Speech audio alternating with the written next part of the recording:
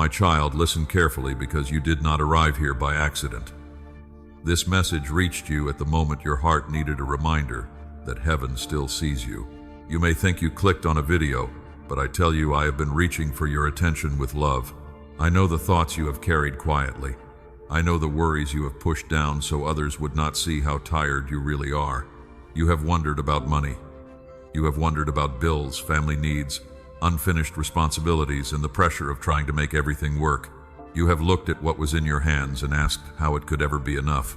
You have smiled in front of people while your heart was calculating, hoping, praying, and asking when relief would come. My child, I saw it all. I saw the nights when you lay awake thinking about tomorrow. I saw the moments when you stayed silent because you did not want to worry anyone else. I saw the sacrifices no one thanked you for. I saw the times you gave when you needed help too. I saw you keep moving when your strength felt thin. Not one tear was hidden from me. Not one prayer fell to the ground unheard. Do not believe the lie that you are forgotten.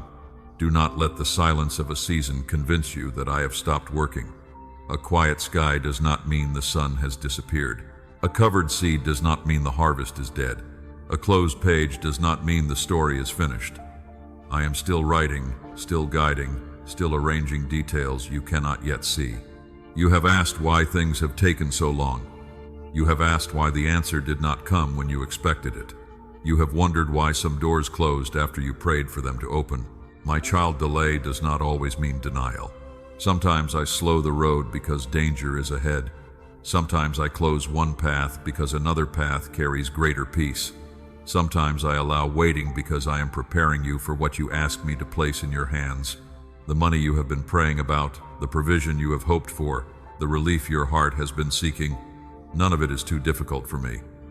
But I want you to understand this from the beginning. I am not only preparing what will come to you, I am preparing who you are becoming. A blessing without wisdom can be wasted. A door without readiness can become overwhelming. Provision without peace can still leave the soul afraid. So I am healing your heart while I prepare your hands. My child, this message is here to strengthen you, not to make you passive. I am not calling you to sit in fear and wait for life to change by itself. I am calling you to rise with faith. I am calling you to look at what is already in your hands. A skill, an idea, a lesson, a connection, a small opportunity, a new habit, a quiet step you have delayed because fear kept speaking too loudly. I can begin with small things when they are surrendered to me. Remember this today, you are not too late. You are not too broken. You are not too far behind. The season that tested you did not erase your future. The pressure that made you cry did not remove your purpose. The mistakes you made did not cancel my mercy. I can teach you. I can restore you. I can guide you into a better chapter with wisdom, courage, and peace. There are people around you who may not understand what you have carried. They may see your outside and never know the weight inside your thoughts. But I know when you were tired and still kept going. I know when you encouraged someone else while needing encouragement yourself. I know when you chose kindness instead of bitterness. I know when you whispered, "God help me," because no other words would come. My child, I heard that whisper. This is why I brought you to this message. Not to fill your mind with empty promises, but to awaken your faith again. Not to make you chase money without wisdom, but to remind you that I care about every need, every responsibility, every fear, and every dream you have placed before me. I am not careless with your life. I am not late in the way fear says I am late. I move with perfect knowledge, even when you only see a small part of the road. If these words are speaking to your heart, let this be your declaration today. My faith is still alive. Say it not as a performance, but as a reminder to your own soul. Fear has spoken long enough. Worry has sat in the front seat long enough. It is time for faith to rise again, quietly, steadily, honestly, one step at a time. Stay with this message, my child, because there are truths your heart still needs to receive. There are places in your thinking I want to renew. There are fears I want to loosen. There are old disappointments I want to turn into wisdom. There are small steps I want to show you, so you can walk toward the provision, peace, and purpose I am preparing. I know some of you have been asking for a sign, not because you lack faith, but because your heart has been tired. Let this moment become a gentle sign that I have not turned away from you. The road ahead may still require patience, but you will not walk it alone, and you will not walk it without my care or my faithful guiding hand. Do not measure my love by the size of your bank account today. Do not measure your future by the pressure you feel this morning. Do not measure your worth by what has not happened yet. You are seen, you are held, you are guided, you are still becoming. I brought you here for a reason, and that reason is not fear. It is hope, it is renewal, it is preparation. It is the reminder that your story is still open in my hands. Listen with your heart, because this is only the beginning of what I want to speak over your life. Your waiting has not been wasted, and in the next part, I will show you why every hidden season has carried purpose. My child, now that you know I brought you here for a reason, I want you to understand something your heart has needed to hear for a long time. Your waiting was not wasted. The months you spent wondering, the years you spent hoping, the prayers you repeated when nothing seemed to move, none of it disappeared from my sight. I saw every moment. You thought some seasons were only empty space between your prayers and the answer. You thought the quiet days meant nothing was happening. You thought the delay was proof that life had passed you by. But my child, waiting is not always empty. Sometimes waiting is the room where I prepare what your eyes cannot yet see. A field can look still after seed has been planted. The ground does not shout when roots are forming. The farmer may walk past the same soil day after day and see no harvest above the surface. Yet beneath the ground, life is beginning. Roots are reaching, strength is forming, and the future is being prepared in silence. Your life has been like that field. You have asked me for provision. You have asked me for peace. You have asked me to help you carry your family, your responsibilities, your bills, your future, and the weight of decisions you did not know how to make. And when the answer did not appear quickly, you wondered if I had turned away. I did not turn away. I was working under the surface. My child, I saw the mornings when you woke up tired, but still tried again. I saw the days when you wanted to complain but chose patience. I saw the times you helped someone else while secretly needing help yourself. I saw when you kept your heart soft after disappointment tried to make you bitter. These things were not small to me. They were seeds. Every quiet act of faith has been gathered before me. Every tear that fell when no one was near has been seen. Every time you chose honesty when a shortcut looked easier. Every time you chose gratitude when worry wanted control. Every time you kept moving when giving up felt tempting. I was forming something inside you. Do not call those years wasted. They taught you endurance. They taught you discernment. They taught you that not every open door is safe, and not every closed door is punishment. They taught you to listen more carefully, to pray more honestly, to value peace more deeply, and to stop building your hope only on what you can hold in your hands. Sometimes I allowed you to wait because the blessing you were asking for needed a stronger foundation. A house built too quickly can shake when storms arrive. A tree without roots cannot carry heavy branches. A heart without wisdom can lose what it begged to receive. So while you waited for the outside to change, I was strengthening the inside. I know that was not easy. I know the waiting hurt. I know you looked at other people and wondered why their doors opened sooner. You saw their celebrations, their progress, their answered prayers, and you quietly asked when your own moment would come. My child, do not let comparison steal the meaning of your season.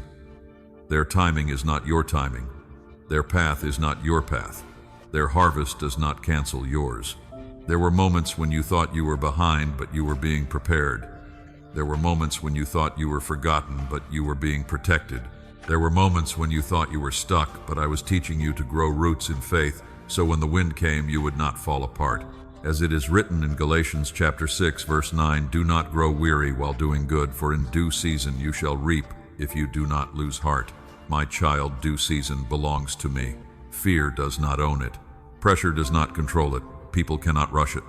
Your anxious thoughts cannot cancel it. I know the appointed time for what I am growing in you.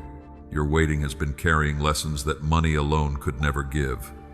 I am teaching you how to receive without becoming proud. I am teaching you how to manage without fear. I am teaching you how to give without losing wisdom. I am teaching you how to be grateful before increase, so that when increase comes, your heart will not forget the giver. Do not think I ignored your financial concerns. I know the pressure of bills. I know the concern for family. I know the tired feeling that comes when you want to provide, but the numbers do not seem to agree with your needs. I know the thoughts you have not spoken aloud. I know the prayers you have whispered while looking at what seemed too small. But even there, your waiting was not wasted. It has been teaching you to look carefully at what is already in your hands. A skill you can improve, a habit you can build, a door you can knock on, a lesson you can use. A small opportunity you may have overlooked because you expected the answer to come in only one way. I can use what is already near you. My child, do not despise the slow work. Slow does not mean stopped. Quiet does not mean dead. Hidden does not mean forgotten. Think of bread rising beneath a cloth. Think of rain gathering in clouds before it touches the ground. Think of a child growing day by day until suddenly the change becomes visible. I have been doing steady work in you. If these words are touching the tired place in your heart, let this be your declaration: I will trust the wait. Say it with humility. Say it with honesty. Say it not because waiting is easy, but because I have been faithful even when the road felt long. Stay with this message, my child, because I am not finished speaking strength into you. There are still fears I want to calm, still thoughts I want to renew, still wisdom I want to place within you. You are not only waiting for money, relief, or opportunity. You are becoming someone prepared to carry the next season with peace. Look back for a moment, not to live in the past, but to see that I carried you through it. You survived days you thought would break you. You made it through nights that felt too heavy. You learned lessons you never expected to need. You grew stronger in places you once felt weak. That is not wasted time, that is formation. And now, as you continue listening, I want your heart to become steady. Your waiting has not been wasted, and your delay has not been meaningless. In the next part, I will show you more clearly why delay is not denial, and why some answers arrive later, because I am protecting the blessing, the timing, and the person you are becoming, with patience, wisdom, gratitude, and a heart ready to receive fully well. My child, now that you know your waiting was not wasted, I want you to understand why the delay has felt so heavy. You looked for the answer, and when it did not come quickly, your heart began to wonder if I had said no. You prayed for relief, for provision, for a door to open, for the pressure to lift, and when the road stayed quiet, fear tried to tell you I had forgotten. But listen to me with your heart. Delay is not denial. A slower answer is not proof that I am absent. A quiet season is not proof that heaven is closed.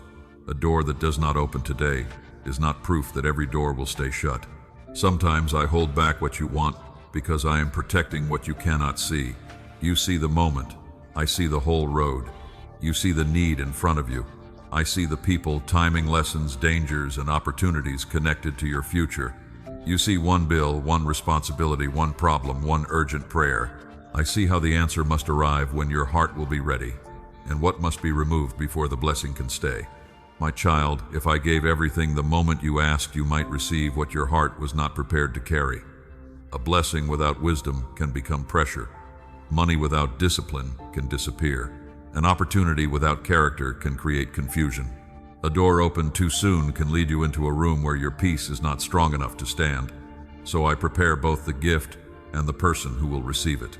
Think of a parent who sees a child reaching for something dangerous. The child may cry because the parent says wait, but the waiting is love. The child sees only desire. The parent sees the risk. In the same way, there have been moments when my delay was not rejection. It was protection. It was mercy standing between you and something that looked helpful, but would have harmed your heart.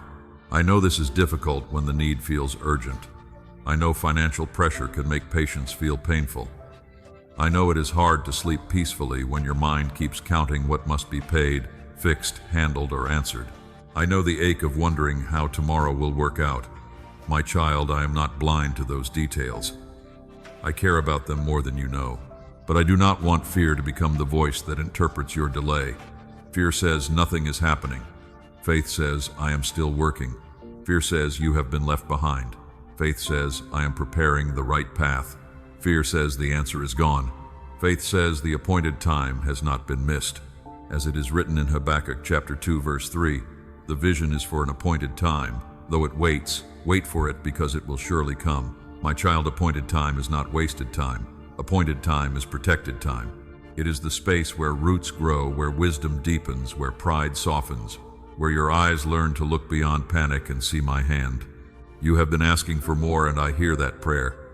But while you ask for more, I am also teaching you how to handle what is already near. I am teaching you to notice small opportunities. I am teaching you to manage small resources with care. I am teaching you to speak with hope instead of defeat. I am teaching you to take responsible steps without letting worry rule your spirit. Sometimes the answer comes as a sudden door. Sometimes it comes as an idea. Sometimes it comes through a person, a skill, a new habit, a lesson, or a path you once overlooked. Do not demand that I answer in only the way you imagined. I have many ways to provide. I can send ravens to Elijah. I can place oil in the widow's jar. I can multiply what looks small when it is surrendered with faith. My child, your delay is also teaching you discernment. You are learning not to chase every shiny offer. You are learning not to make decisions from desperation. You are learning not to trade your peace for quick relief. The enemy loves rushed decisions, but I teach you steady wisdom. A desperate heart can grab a door that looks open but leads to bondage. A patient heart can wait for the door that carries peace. There were moments when you thought a certain opportunity was the only way your need could be met. You watched it slip away and felt confused. But my child, one lost path does not exhaust my supply. I can provide through ways you have not planned, through people you have not met, through ideas you have. So when one door stays closed, do not build your whole future around disappointment. Lift your eyes, ask for wisdom. Take the next honest step. Keep your spirit teachable. I may be redirecting you towards something cleaner, safer, and better aligned with the person I am helping you become. My timing may feel slow, but my care has never been absent from you. Do not hate the delay that is making you wiser. Do not curse the process that is making you stronger. Do not call yourself forgotten because I am moving carefully. A surgeon moves slowly because the work matters. A builder measures carefully because the house must stand.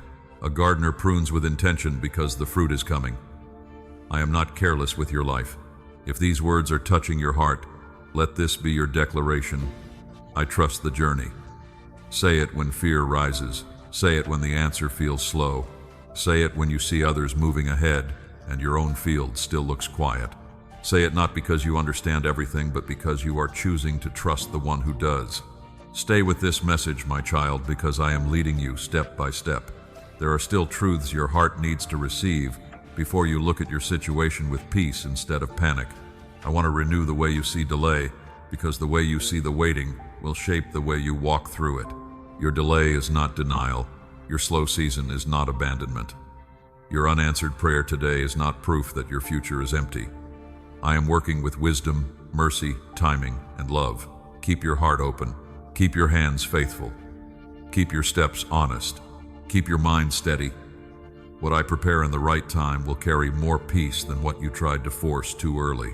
And now, my child, I want to speak more directly to the place where your heart has carried the heaviest pressure. In the next part, I will show you that I have seen your financial worries, your family responsibilities, your silent fears, and the questions you have been carrying about how everything will work out. My child, now that you understand delay is not denial, I want to speak directly to the worry you have carried about money. I have seen the numbers that made your heart feel tight. I have seen the bills on the table, the responsibilities waiting, the family needs pressing on your mind, and the quiet fear that asks how everything will be handled. You may not speak about it to many people. You may keep a calm face, answer others with a smile, and say you are doing fine. But I know what happens when the room becomes quiet. I know the thoughts that come when you look at what you have and compare it with what is needed. I know the heaviness that comes when tomorrow seems to require more than today can provide. My child, I saw the moments when you tried to stretch a little into enough. I saw when you delayed something for yourself so someone else could be cared for. I saw when you counted carefully, planned quietly, and hoped no unexpected problem would appear. I saw when you wanted to rest, but your mind kept turning over the same question. How will this work out? You are not wrong for bringing these concerns to me. I do not shame you for caring about provision. I know you live in a world where food, shelter, medicine, transportation, family needs, and daily responsibilities require attention. I know money pressure can feel like a hand around the chest. I know it can make even a faithful heart feel tired. But listen to me, my child. Your financial worry is not too small for my love and not too large for my power. I care about your spirit, and I care about your daily bread.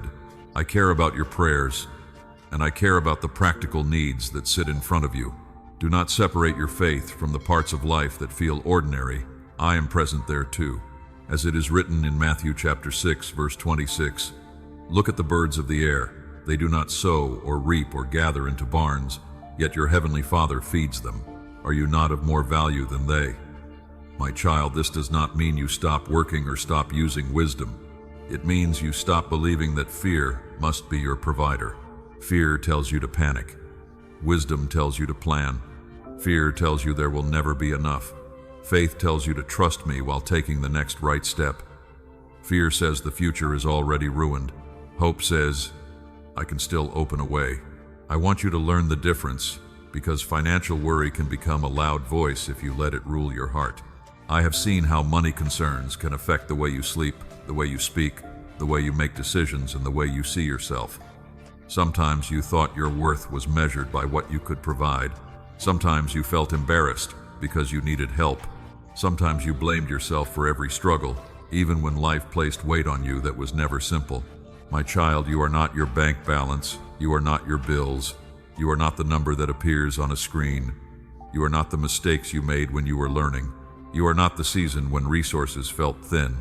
You are my child, and your value was established before you ever earned, lost, saved, borrowed, or paid anything. Still, I want to make you wise. I want to bring peace, but I also want to build discipline. I want to provide, but I also want to teach stewardship.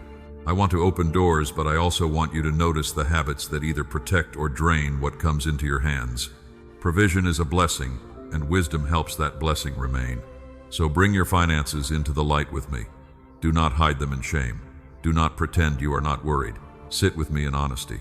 Ask for wisdom. Look carefully at what is in your hands. What can be managed better? What can be learned? What small step can be taken today? What skill can be improved? What expense needs attention? What opportunity have you ignored because fear made you feel frozen? I am not asking you to solve everything in one day. I am asking you to stop letting worry make every decision. One wise step matters. One honest conversation matters. One better habit matters. One small act of discipline matters. A wall is built one stone at a time. A debt is faced one decision at a time. A new season begins with one faithful step. You have asked me for financial peace, and I hear you. But peace is not only the absence of pressure. Peace is the presence of my guidance inside the pressure. Peace is knowing that you can breathe, pray, think clearly, and move wisely because you are not alone. I am with you in the planning. I am with you in the waiting. I am with you in the rebuilding. Do not let worry make you harsh. Do not let pressure make you bitter. Do not let lack make you forget the blessings still around you. Gratitude does not ignore the need. Gratitude keeps the need from becoming your only vision. When you thank me for what remains, your heart becomes stronger to face what still needs attention. My child, I saw the sacrifices no one noticed. I saw the work no one celebrated. I saw the effort you gave even when the results seemed small. I saw the way you cared about your family. I saw the tears you held back because you wanted to stay strong. You were never unseen in that place. If these words are speaking to your heart, let this be your declaration: I trust God with my needs. Say it slowly. Say it when worry rises. Say it when the numbers look heavy. Say it when you do not yet know the full answer. Say it not to deny reality, but to remind your soul that reality is not stronger than me. Stay with this message, my child, because I am not only calming your fear, I am preparing your heart for provision. I am teaching you to receive with humility, manage with wisdom, give with love, and walk without panic. The pressure you feel today is not the final voice over your tomorrow. I have seen your financial worries and I have not turned away. Bring them to me again. Bring the bills, the plans, the needs, the questions, the fears, and the small hopes you barely speak aloud. I will meet you with wisdom, strength, guidance, and peace. I am near in every practical detail today. And as you learn that I have seen your financial worries, I will begin showing you that the provision you have long awaited is not forgotten. In the next part, I will speak to the blessing being prepared and to the heart that must be ready to receive it well. My child, now that I have spoken to the place where financial worry has pressed against your heart, I want you to hear me clearly. The provision you have long awaited is not forgotten. The relief your heart has hoped for has not been lost in the distance. I am preparing what you cannot yet see. You may look at your life today and only see unfinished needs. You may see bills, responsibilities, and questions still in front of you. You may wonder how something good can be prepared when the evidence around you still feels small. But my child, the work of my hand often begins before your eyes can recognize it. A door can be forming before the handle is visible.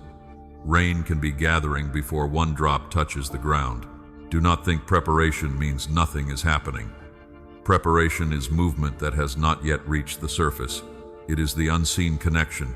It is the wisdom being planted in your heart. It is the right person being positioned.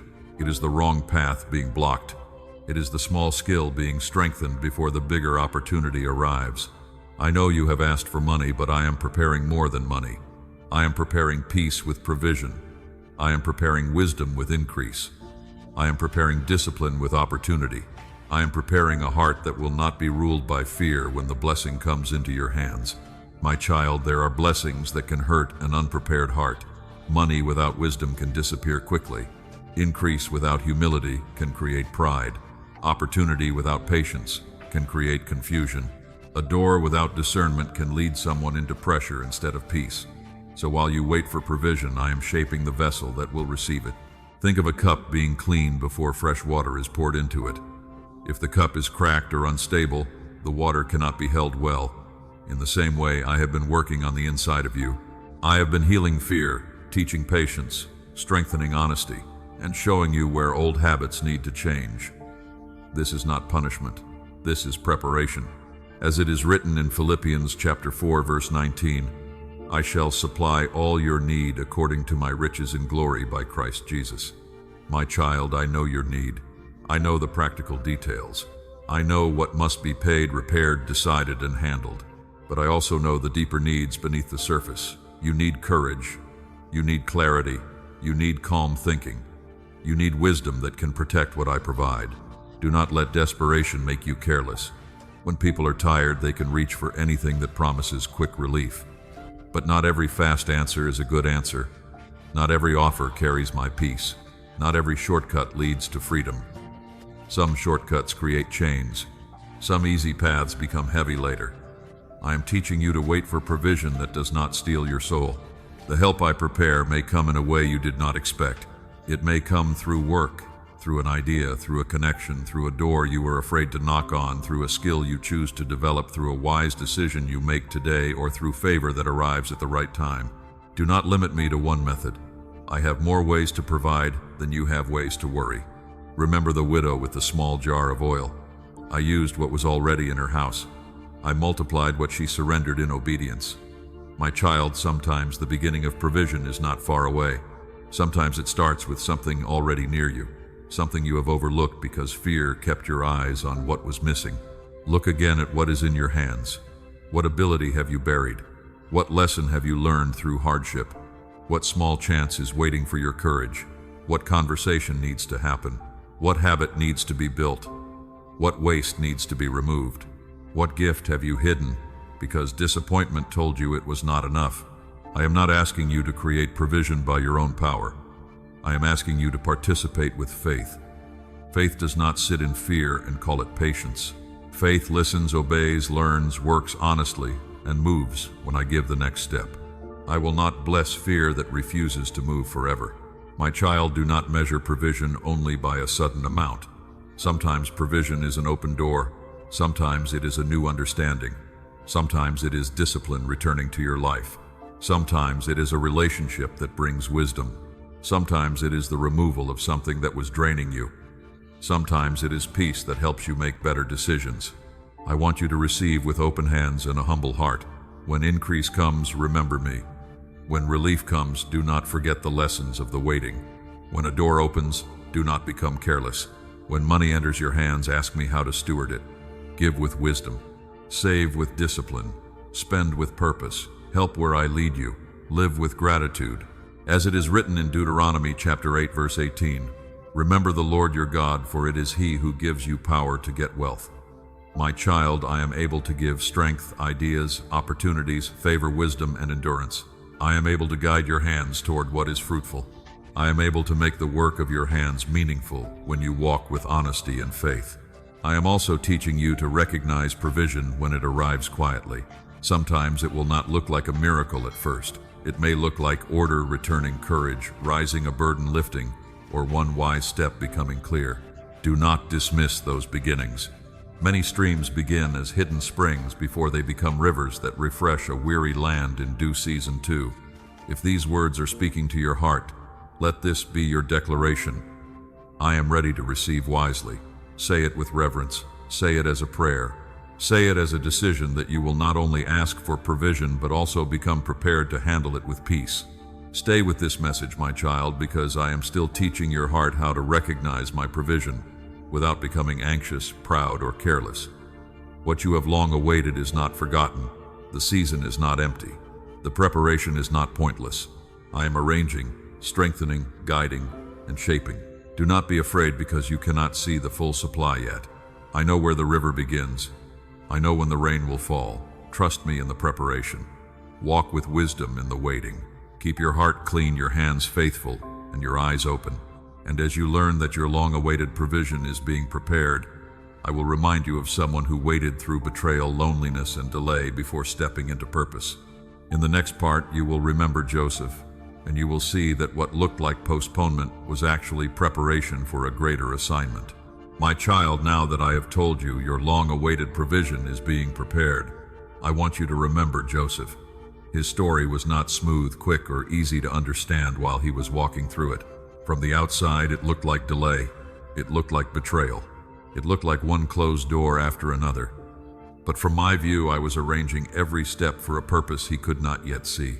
Joseph received a dream before he received the position.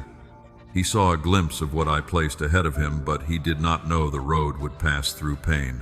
He did not know that the path toward leadership would first take him through rejection, a pit, slavery, false accusation, and prison. My child, sometimes a promise begins with light, but the journey to maturity passes through places that feel dark. His brothers looked at him with jealousy. They did not understand the dream. They did not honor what I had shown him. They sold him away from the place he knew, and to human eyes it seemed as if his future had been stolen. But listen carefully. People can take a coat, but they cannot take my calling. People can remove you from a place, but they cannot remove you from my hand.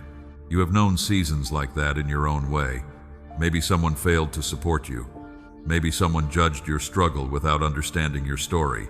Maybe a door closed when you needed help. Maybe you felt pushed into a season you never chose. My child, I saw that pain. I saw the shock, disappointment, and quiet ache of wondering why the road had changed. But Joseph's pit was not the end of his story, and your hard place is not the end of yours. A pit can be painful, but it cannot bury what I have spoken over a life. A delay can be long, but it cannot outlast my purpose. A betrayal can wound the heart, but it cannot cancel the future I am still able to build. When Joseph was taken into Egypt, he served faithfully. He did not have control over every circumstance, but he still had control over the kind of heart he carried. He worked with integrity. My child, this is important. Waiting seasons are not only for surviving, they are for becoming. You may be waiting for financial peace, for provision, for an open door, for relief from pressure. But while you wait, I am teaching you to serve faithfully with what is in front of you. I am teaching you to grow where you are. I am teaching you to handle small responsibilities with a clean heart, because greater responsibility requires hidden preparation. Joseph did what was right, and still he was falsely accused. That is hard to understand when you believe obedience should bring quick reward. But my child, do not think I ignored him in that moment. I was still with him. Even in prison, my favor did not leave him. Even when the place looked lower, the preparation continued deeper. There will be times when you do the right thing and still feel delayed. You may work honestly and still wait for increase. You may pray faithfully and still face pressure. You may give kindness and still feel overlooked. Do not let that make you bitter. Obedience is never wasted before me, even when reward is not immediate. Joseph interpreted dreams for others while his own dream still seemed far away. Think about that. He helped someone else understand their future while he was still waiting for his own door to open. My child, there is a holy lesson there. Do not stop using your gift because your breakthrough has not arrived yet. Do not stop encouraging others because your own need is still present. What you do faithfully in the waiting is part of your preparation. I saw Joseph in the prison. I saw his patience. I saw his character. I saw the way the waiting was shaping him. The palace would require wisdom, self-control, discernment, humility, and strength. Those qualities were not formed in one day. They were formed through years of trusting me when life did not make sense. You have asked me why your provision has taken so long. Sometimes it is because I am building qualities in you that the next season will require. I am building wisdom so you do not waste what comes. I am building patience so pressure does not control you. I am building humility so increase does not make you forget me. I am building discernment so you do not confuse every opportunity with my direction. When the appointed time came, Joseph was brought from prison to stand before Pharaoh. The change looked sudden to everyone watching, but it was not sudden to me. It was the fruit of years I had been using. My child, what looks sudden in public is often prepared for a long time in private. This is why you must not lose heart, because your life looks quiet. One conversation can open a door. One opportunity can shift a direction. One moment of favor can connect years of preparation. I know how to bring your name forward at the right time. I know how to place you where your wisdom, experience, and faith can be used. As it is written in Genesis chapter 50, verse 20, what others meant for evil I meant for good. Joseph could look back and see my hand over the story. He could see that the pit, the prison, and the delay did not destroy the promise. They prepared him to save many lives. My child, I can do the same with what you have lived through. I can use the pressure that taught you discipline. I can use the financial concern that taught you wisdom. I can use the rejection that taught you not to build your identity on approval. I can use the waiting that taught you to depend on me. If these words are speaking to your heart, let this be your declaration: God is preparing me. Say it when the road feels long. Say it when others move ahead. Say it when your own answer has not fully appeared. Say it because your heart needs to remember that delay in my hands can become preparation. Stay with this message, my child, because Joseph's story is not only about waiting. It is about becoming ready for responsibility. It is about learning faithfulness before increase. It is about trusting me. You may not understand every step now, but one day you will look back and see that I was closer than you thought. The hard place did not defeat you. The waiting did not erase you. The delay did not cancel my care. I am still preparing your provision, your wisdom, and your next chapter. And as you remember Joseph in the waiting, I will show you next that what hurt you has also been training you. The pain you survived did not remove your purpose. It has been shaping strength, compassion, discipline, and wisdom for what is coming.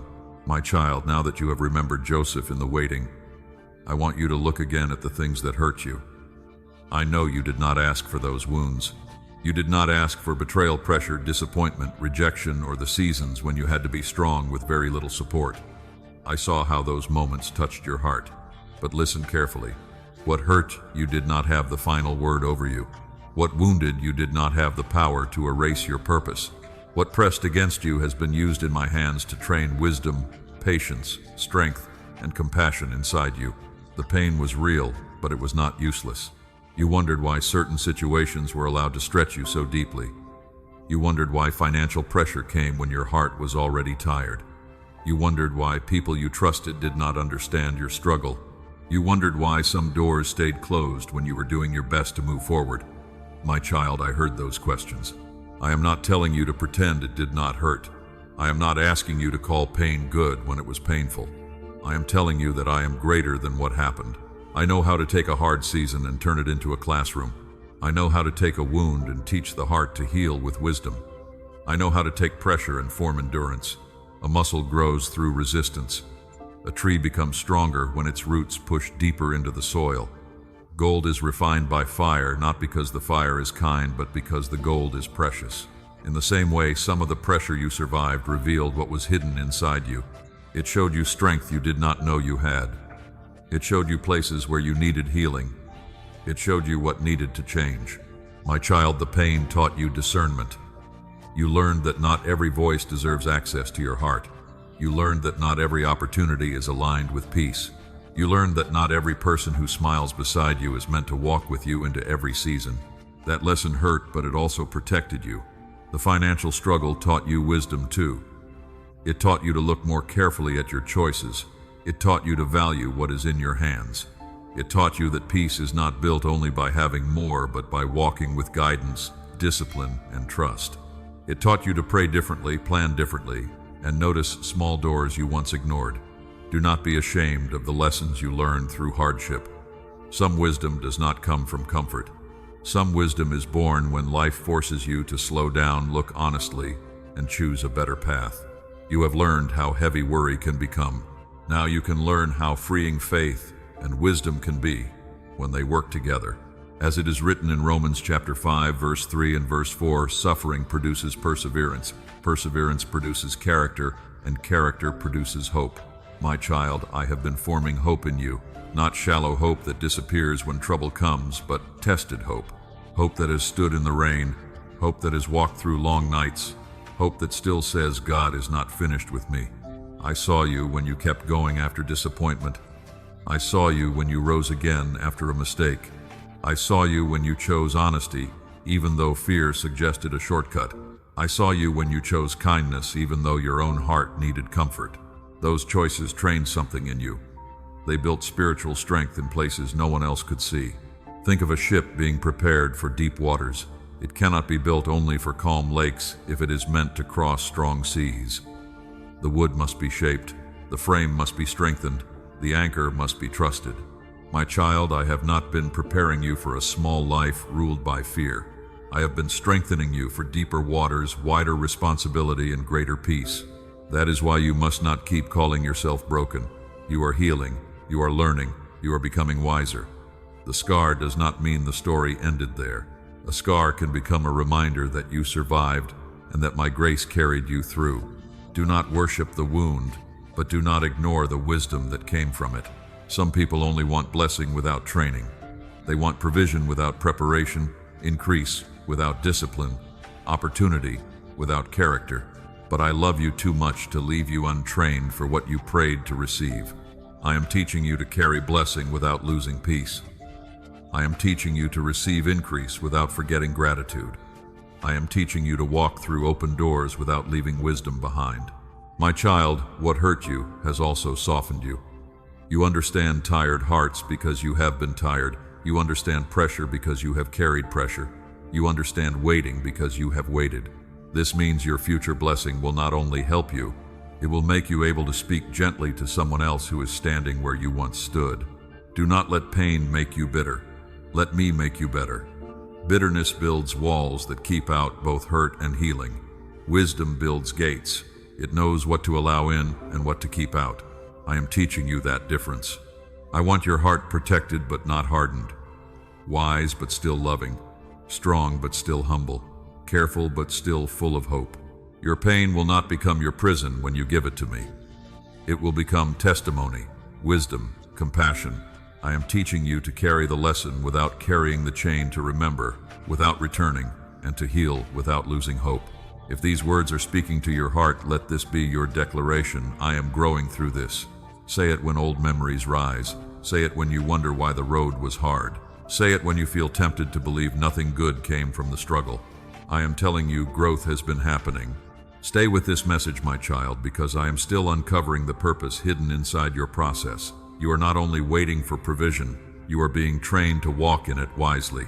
The challenges behind you have been shaping your hands, your mind, your choices, and your faith for what is coming.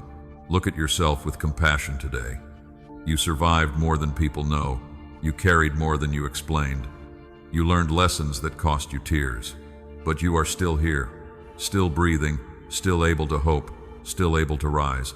That is not weakness. That is evidence of my sustaining grace. What hurt you has been training you not to live in pain, but to walk forward with greater wisdom. And in the next part, I will teach you why you must not compare your timeline with anyone else's, because another person's harvest does not cancel the season I am preparing for you. My child, now that I have shown you how what hurt you has been training you, I want to protect your heart from another quiet danger. Do not compare your timeline with someone else's. Do not look at another person's open door and decide that I have forgotten yours. Do not watch another person's harvest and believe your own field has been abandoned. I know how easy it is to compare when you are tired. You see someone receiving the answer you have prayed for. You see someone stepping into opportunity while you are still waiting. You see someone talking about increased peace or progress, and a quiet ache rises inside you. You smile for them, but inside you wonder, Father, when will it be my turn? My child, I heard that question too. Comparison is heavy because it makes you measure your hidden process against someone else's visible moment. You see their fruit, but you do not see the years their roots were growing under the soil. You see their open door, but you do not see the hallway they cried in before it opened. You see their smile, but you do not know the prayers, losses, lessons, and private battles that came before the celebration. Do not judge your journey by a picture of someone else's season. A tree in bloom is not mocking the seed still underground. The sunrise in one city does not mean another place has been forgotten by the light. Every field has its own season. Every seed has its own appointed time. Every story has chapters that unfold in the order I know is best. When you compare, you begin to lose gratitude for what I am doing in you now. You stop noticing the strength that has grown. You stop honoring the wisdom you have gained. You stop seeing the small doors, the small improvements, the quiet peace, the lessons that are forming your future. Comparison turns your eyes away from your own field and makes you stare at soil I did not assign you to manage. My child, another person's blessing does not subtract from mine. I am not limited. I do not run out of provision because someone else received help. I do not close your future because another heart is celebrating. My goodness is not a small table with too few seats. I know how to feed many.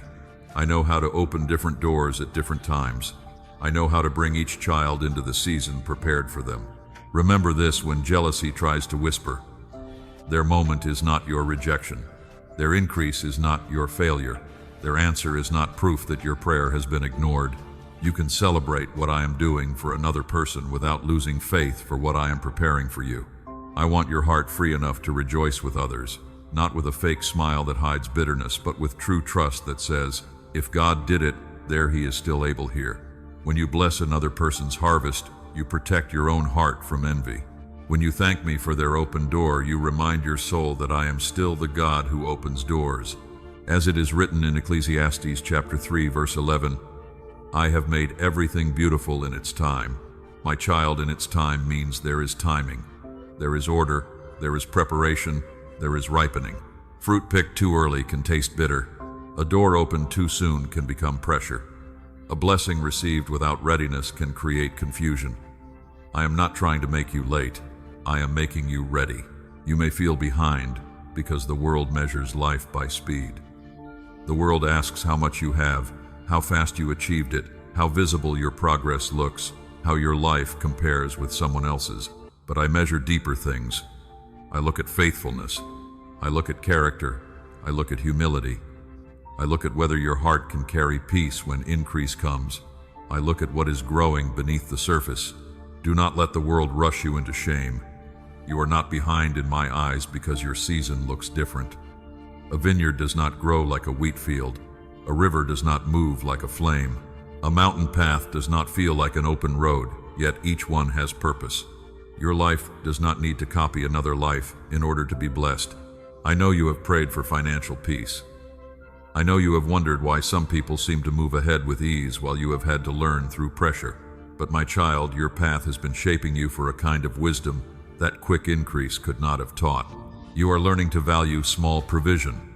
You are learning to think carefully. You are learning to pray before acting. You are learning not to worship money, but to steward it with gratitude.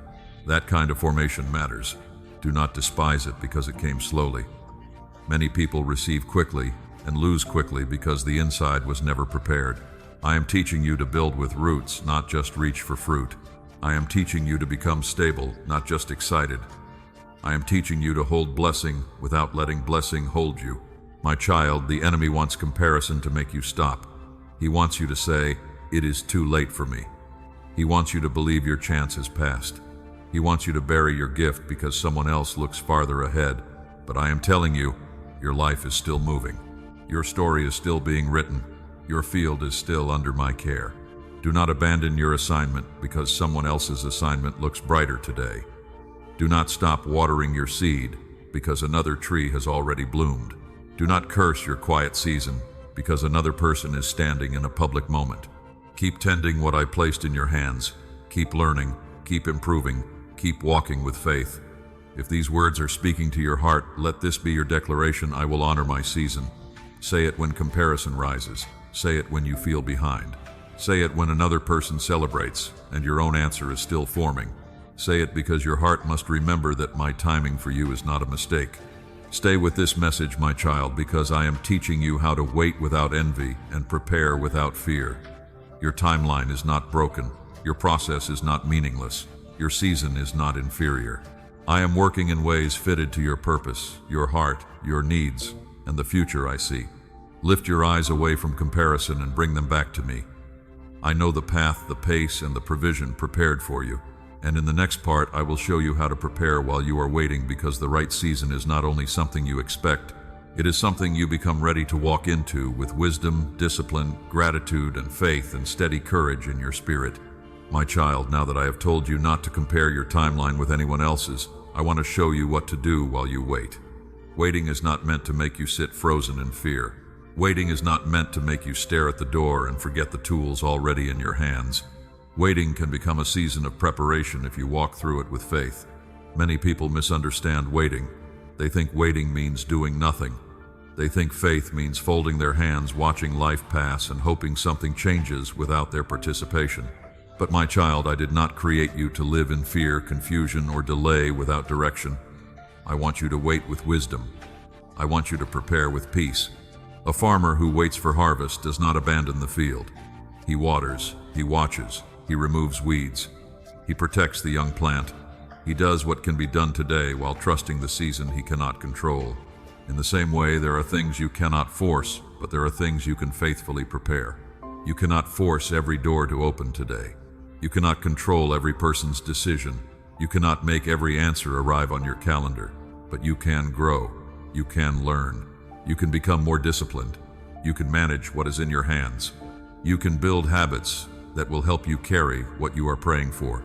My child, if you are asking me for financial peace, prepare for it. If you are asking for provision, learn to steward.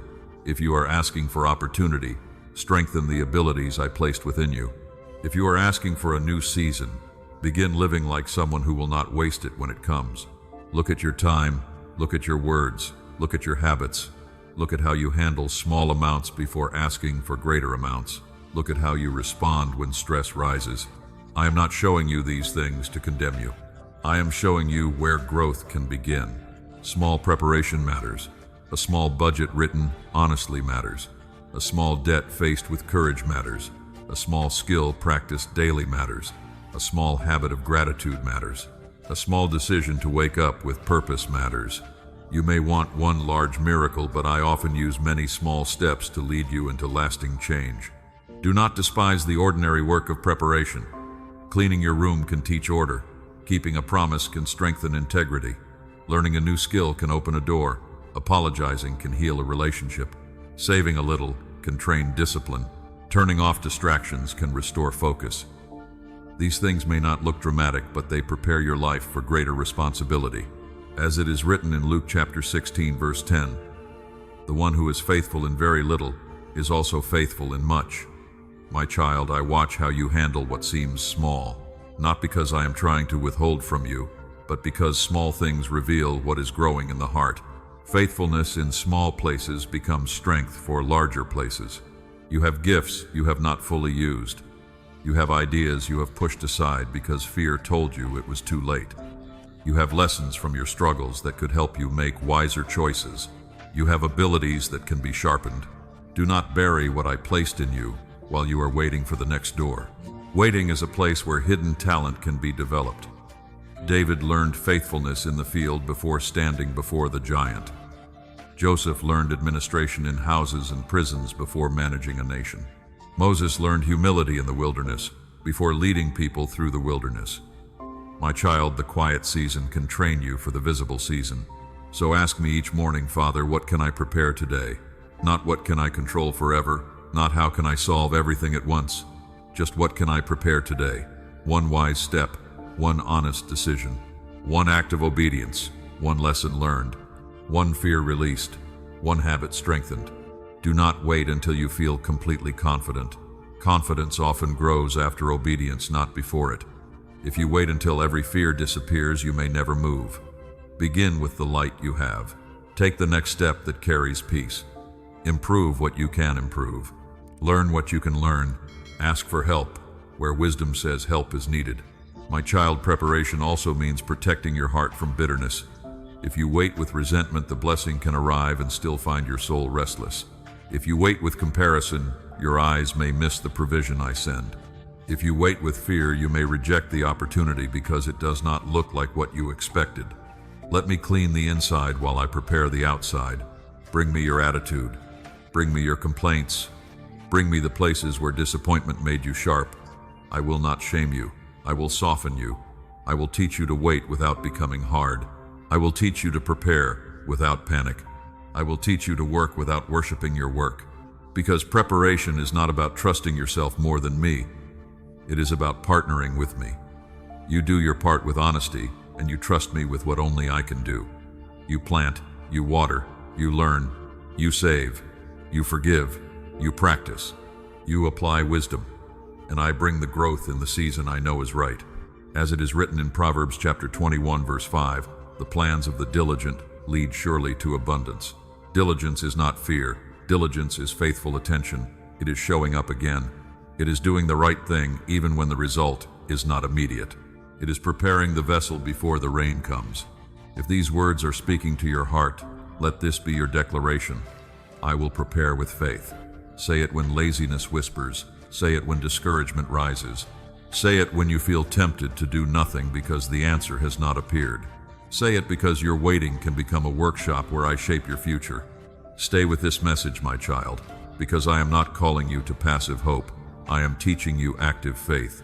The provision being prepared for you requires a heart that is ready, hands that are faithful, and a mind that is renewed by wisdom. Do not waste the waiting. Use it, grow in it, pray in it, learn in it, clean what needs to be cleaned, strengthen what needs to be strengthened, release what needs to be released. Prepare the place where the blessing will land. Even one quiet improvement today can become a doorway I use tomorrow. Nothing faithful is too small when your heart is surrendered under my loving care. And as you learn to prepare while you are waiting, I will take you deeper into the truth that faith is not only waiting. In the next part, I will show you that faith is also walking, and that the next right step may be closer than you think. My child, now that I have taught you to prepare while you are waiting, I want you to understand another truth. Faith is not only waiting, faith is walking. Faith is not just sitting still with hope in your heart. Faith is taking the next step I show you, even when the whole road is not yet visible. Many people say they are waiting on me, but sometimes they are only hiding behind fear. They say, I am waiting for the perfect moment. I am waiting until I feel ready. I am waiting until every detail is clear. But my child, if you wait for perfect feelings, you may never move. Courage often comes while you are walking, not before your foot touches the road. I do call you to wait at times. There are seasons when stillness is obedience. There are doors you must not force, relationships you must not chase, decisions you must not rush, and answers you must not manufacture with panic. But waiting on me is different from avoiding the step I have already placed before you. Faith listens. Faith obeys. Faith moves when I say move. Faith forgives when holding resentment feels easier. Faith starts small when fear demands a guarantee. Faith works honestly when shortcuts promise faster results. Faith speaks life when worry wants to speak defeat. Faith gets up again after disappointment and says, Father, show me the next right step. My child, you have prayed for provision, but I also want you to walk toward wisdom. You have prayed for financial peace, but I also want you to make choices that welcome peace. You have asked for open doors, but I also want you to knock with courage when I lead you. I am not calling you to force the blessing. I am calling you to participate with trust. Think of the Israelites at the edge of the sea. Behind them was fear. Before them was water. To their eyes there was no way forward. Yet I told them to move forward. The path opened as they obeyed. My child, sometimes the way does not become clear while you are standing still in fear. Sometimes the next part appears when you take the step I have already shown you. Do not despise a simple step. Call the person, fill out the form, learn the skill, organize the bills, write the plan, ask for wisdom, Apologize where pride has delayed healing. Apply for the opportunity. Begin the work you have been postponing. Clean the small corner of your life that has been stealing your peace. These steps may look ordinary, but obedience often wears ordinary clothes. You may say, "Father, what if I fail?" My child, failure is not final when you bring it to me. A mistake can become a teacher. A wrong turn can become a lesson. A slow beginning can become the start of discipline. Do not let the fear of imperfection keep you from the growth that comes through movement. Peter would never have known the water could hold him if he had stayed in the boat. The first step was not easy. The wind was real. The waves were real. But my son's voice was greater than the storm. When Peter looked at him, he walked where fear said he could not walk. And even when he began to sink, the hand of my son reached for him. My child, I am not asking you to walk alone. I am asking you to walk with me. I do not promise that every step will feel comfortable. I promise that I will be present. I do not promise that every road will be easy. I promise that I will give wisdom, strength, correction, and grace as you keep your heart turned toward me. There are gifts inside you that have been waiting for your obedience. There are ideas that need your attention. There are habits that need your decision. There are dreams that do not need another year of fear. They need one step of faith today. You may not be able to do everything, but you can do something. And something surrendered to me can become more than you imagined. As it is written in James chapter 2, verse 17, faith by itself, if it does not have works, is dead. This does not mean you earn my love by effort. You cannot earn what I give by grace. It means living faith produces movement. A living seed grows. A living flame gives light. A living faith begins to walk. My child, do not let worry control your movement. Worry runs in circles. Wisdom takes steps. Worry repeats the problem. Faith asks for direction. Worry says, what if everything goes wrong? Faith says, what is the next right thing I can do with God beside me? This is how your heart becomes steady. If you are carrying financial concern, do not only sit in fear. Pray, then look honestly. Pray, then plan wisely. Pray, then learn what you need to learn. Pray, then take responsible action. Pray, then release what is outside your control. Prayer is not an excuse for passivity. Prayer is the place where your action becomes guided. I want you to walk with clean hands and a humble heart. Do not chase dishonest gain. Do not compromise your peace for a quick answer. Do not trade your integrity for temporary relief. What I provide with peace is better than what fear grabs in a hurry. Walk slowly if you must, but walk rightly.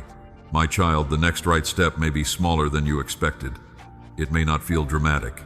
It may not impress anyone. But if it is given by me, honor it. A small obedient step can break a pattern of fear. A small act of courage can reopen hope. A small decision repeated faithfully can change the direction of a life. If these words are speaking to your heart, let this be your declaration: I will walk by faith. Say it when fear freezes you. Say it when the road feels uncertain. Say it when you have only enough light for the next step. Say it because your soul must remember that faith is not only waiting, faith is walking with me.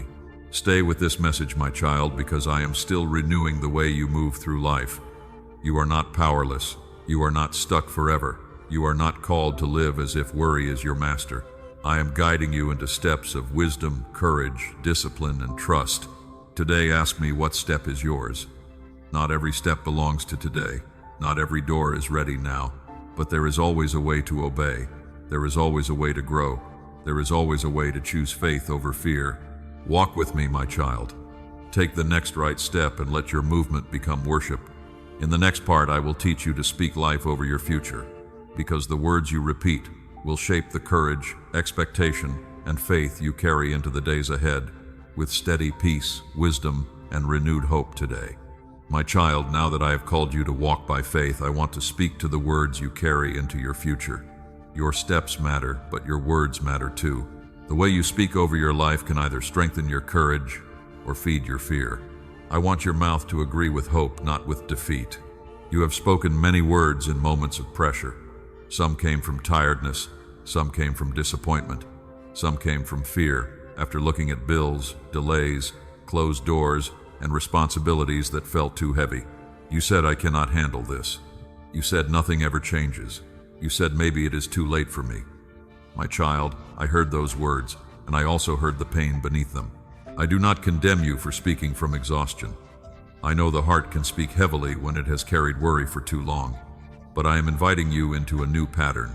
I want you to stop letting fear write sentences over your future. I want you to stop repeating the language of defeat as if it is truth. Your situation may be difficult, but difficulty is not your master. Words are seeds. What you keep speaking can take root in your heart. If you constantly say there is no hope, your heart begins to expect darkness. If you constantly say you are finished, your courage begins to close. If you constantly say nothing good can happen, you train your eyes to miss the small signs of my goodness already appearing around you. But when you speak with faith, something begins to shift inside you. You may not see the full answer yet, but your heart starts standing again. You may not have every resource yet, but your spirit begins to breathe again. You may not know every step, but your mind begins looking for wisdom instead of only expecting failure. As it is written in Proverbs chapter 18, verse 21, death and life are in the power of the tongue. My child, I want you to choose life. Speak life over your future. Speak life over your home. Speak life over your work. Speak life over your ability to learn, grow, begin again, and walk with wisdom. Do not say I am trapped forever. Say I am learning to walk forward. Do not say I have nothing. Say God can use what is in my hands. Do not say I always fail. Say I can grow from what I have learned. Do not say my future is empty. Say my story is still being written by a faithful Father. This is not pretending. This is not denying reality. This is refusing to let fear become the final interpreter of reality. Faith does not close its eyes to the problem. Faith looks at the problem and still remembers that I am greater. Faith looks at the need and still believes I can provide wisdom, opportunity, strength, and peace. My child, your words can either build a bridge toward courage or build a wall around fear. Every time you speak with hope, you place another stone in the bridge. Every time you choose gratitude, you open a window in the room of worry. Every time you declare that I am with you, your soul remembers it is not abandoned. I want you to practice this in ordinary moments. When you wake up and worry speaks first, answer with faith. Say, Father, guide me today. When you look at your responsibilities and feel overwhelmed, say, I will take the next wise step. When you think about money and feel fear rising, say, God sees my needs and will teach me what to do. When shame reminds you of the past, say, I am not finished growing. Some of you have spent years speaking more kindly to others than to yourselves. You encourage friends, comfort, family, and lift up people around you, but when you speak inwardly, you speak with harshness. My child, I hear those hidden words too. Stop cursing the heart I am healing. Stop calling worthless what I still call valuable. Stop insulting the life I am still restoring. Speak to yourself with truth and humility. Say, I am loved by God. Say, I am becoming wiser. Say, I can begin again. Say, I will not let one difficult season define my whole life. Say, I will not let financial pressure destroy my peace. Say, I will grow in discipline and trust. There is power in repeating truth when fear repeats lies. Fear is persistent, so faith must also be practiced. You may need to say the truth many times before your emotions catch up. That is all right. A song becomes familiar by repetition. A path becomes clear by walking it again and again. A new mindset forms when truth is planted consistently. As it is written in Romans chapter 12, verse 2, be transformed by the renewing of your mind. My child, renewal happens when old patterns are replaced with truth.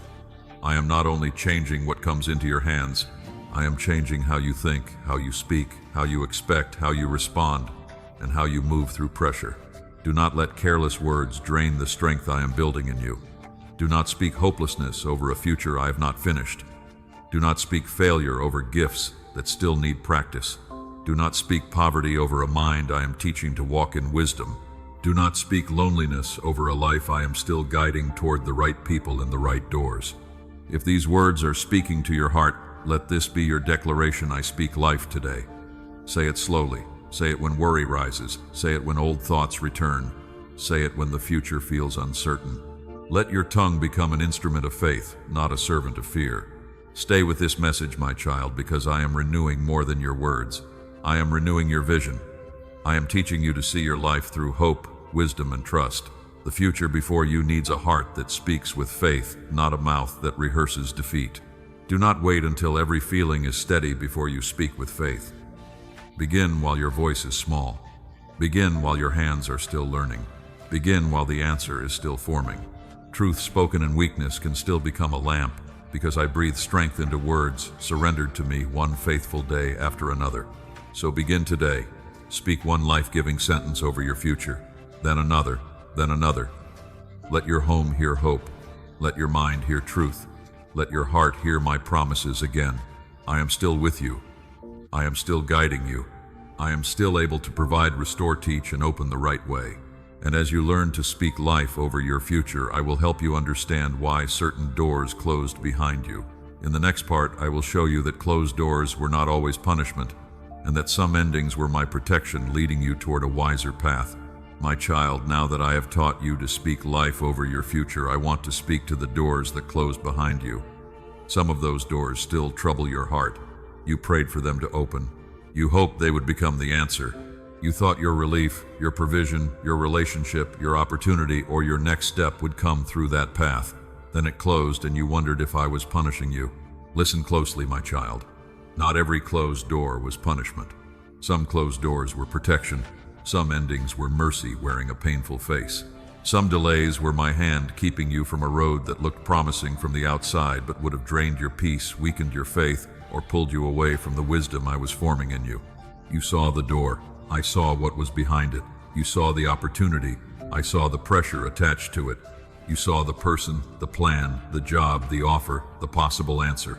I saw the unseen cost, the hidden danger, the timing that was not ready, and the way your heart would have been affected if you had entered too soon. My child, I know a closed door can feel personal. It can feel like rejection. It can feel like failure. It can make you question your worth, your prayers, your ability, and even my care for you. But do not let a closed door become a cruel voice inside your mind. A door closing does not mean your life is closing. A path ending does not mean my purpose has ended. Sometimes I close what you begged me to bless because I am leading you toward something healthier. Sometimes I remove what you tried to keep because it was quietly keeping you bound. Sometimes I block what you wanted because I heard conversations you did not hear, saw motives you could not see, and understood outcomes you could not predict. Think of a traveler walking at night. If a bridge ahead is broken, love does not let the traveler keep walking simply because they wanted that road. Love places a warning. Love blocks the path. Love redirects the feet, even when the traveler feels frustrated. My child, some of your closed doors were warnings from love, not wounds from anger. You may have lost an opportunity and thought, this was my only chance. But I am not limited to one chance. You may have watched a relationship change and thought, I will never recover. But I know how to heal a heart and bring the right people in the right season. You may have seen a financial door close and thought, now nothing can work. But I have many ways to provide. I can provide through a door you have not noticed yet. I can provide through a skill you have not developed fully. I can provide through a conversation that seems ordinary. I can provide through wisdom that helps you stop losing what I already placed in your hands. I can provide through a new path that does not look like the path you expected. As it is written in Proverbs chapter 3, verse 5 and verse 6, trust in the Lord with all your heart, and do not lean on your own understanding. In all your ways acknowledge me, and I will direct your paths. My child, your own understanding sees only part of the road. My direction sees the whole journey. Do not punish yourself for doors I closed. Do not replay the moment endlessly thinking that if you had been better, smarter, faster, or more worthy, everything would have stayed open. There are times when growth requires responsibility, yes. There are lessons to learn, yes. But not every closed door is evidence of your failure.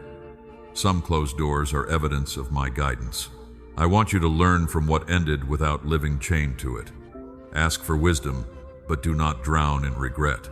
Review the lesson, but do not build your home in shame. Let the past teach you, then let me lead you forward. A closed door can become a teacher, but it should not become a prison. My child, I know you have carried financial disappointment. Maybe you thought a certain job, project, payment deal, or chance would finally bring relief. Then it did not happen. You felt tired, embarrassed, and confused. I saw that. I also saw what you could not see.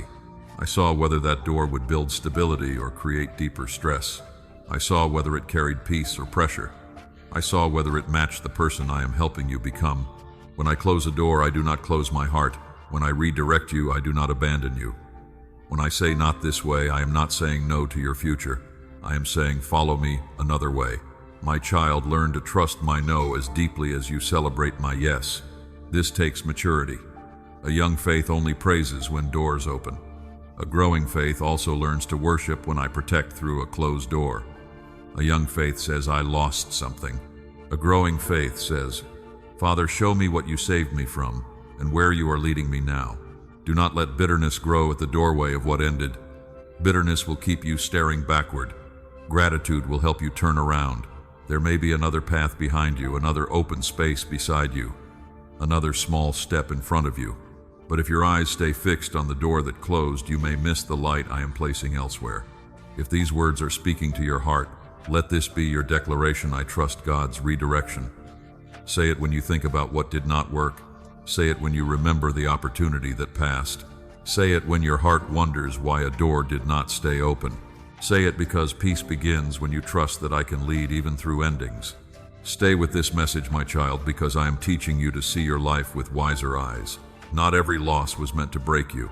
Not every ending was meant to shame you. Not every closed door was punishment. Some were protection. Some were preparation. Some were redirection toward a provision that fits your purpose more deeply. Release the door I did not open. Release the plan I did not bless. Release the shame attached to what ended. Keep the lesson, but let go of the chain. I am still guiding you. I am still providing. I am still able to bring peace, wisdom, provision, courage, and a new path where disappointment once stood, even when your eyes cannot see it yet. Trust me with the path ahead, and let your heart rest. And as you learn that closed doors were not always punishment, I want you to look again at what remains in your hands. In the next part, I will show you how to be faithful with what is already there, because many answers begin with something small you have not yet honored. My child, now that you are learning to trust me with the doors that closed, I want you to look again at what is still in your hands. Do not become so focused on what left that you ignore what remains. Do not stare so long at the door that did not open that you miss the seed I have already placed before you. You may feel like you have very little right now, a small amount of money, a small amount of strength, a small idea, a small skill, a small opening, a small measure of hope. But my child, small in your hands can become meaningful when it is surrendered to mine. I have never needed something large to begin a work of grace. Many people wait for a dramatic sign before they become faithful with ordinary things. They say, when I have more, I will manage better. When I receive more, I will give better. When the door opens wider, I will work harder. When life feels easier, I will become disciplined. But I am asking you to begin where you are, with what you have today. Faithfulness is not proven only in abundance. Faithfulness is formed in the small places, in the quiet decisions, in the unseen choices, in the way you handle what looks ordinary. The way you treat a small responsibility prepares you for a larger one. The way you use a small opportunity reveals the posture of your heart. As it is written in Luke chapter 16, verse 10, the one who is faithful in very little is also faithful in much. My child, I see the little. I see how you spend your time. I see how you speak when no one is praising you. I see how you handle money when it feels tight. I see how you treat people when you are tired. These hidden things matter. Do not despise what is in your hands because it does not look like enough. Moses had a staff. David had a sling. The widow had a small jar of oil. The boy had loaves and fish. In human eyes, each thing looked too small for the need ahead. But when placed in my hands, small things became signs of my power. What is in your hands, my child? Is there a skill you can sharpen? Is there a gift you have been hiding? Is there a habit that needs discipline? Is there a connection you should honor? Is there a lesson from pain that can become wisdom? Is there a small chance that fear has made you overlook? Look again with faith. Sometimes the answer begins as responsibility, not relief. Sometimes I do not first hand you more. I teach you to steward what is already near. I teach you to organize, to plan, to learn, to repair, to save, to work with honesty, to speak with wisdom, to stop wasting strength on what I never called you to carry. My child, being faithful with what is in your hands does not mean pretending you have no need. It does not mean the pressure is not real. It means you refuse to let need make you careless. It means you bring your small resources, your daily choices into my presence and say, Father, teach me how to use this well. I can multiply what is surrendered, but I also teach you to manage what is given. Some people pray for increase while ignoring instruction. They want more, but they do not want wisdom.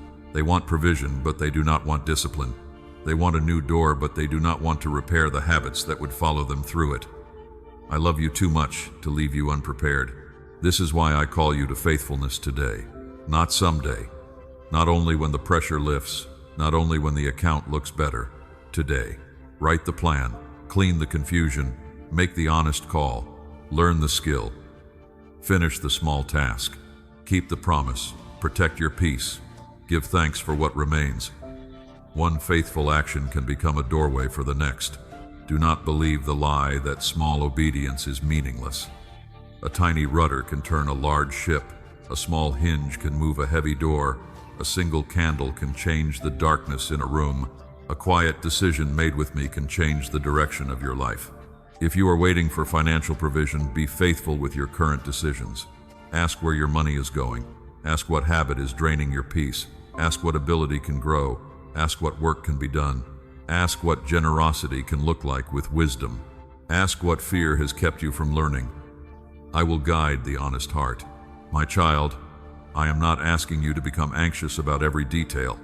I am asking you to become awake to the seed, awake to the lesson, awake to the next step, awake to the gift within you, awake to the small opening that could grow if you stop dismissing it. There are blessings that begin quietly, a conversation that gives direction, a new routine that restores order, a small amount saved consistently, a skill practiced faithfully, a prayer repeated with trust, a door knocked on. These may not look like a miracle at first, but my hand often begins in humble places. Remember the servants at the wedding in Cana. They filled the water jars before the miracle was seen. Their obedience looked ordinary, but it made room for what my son was about to do.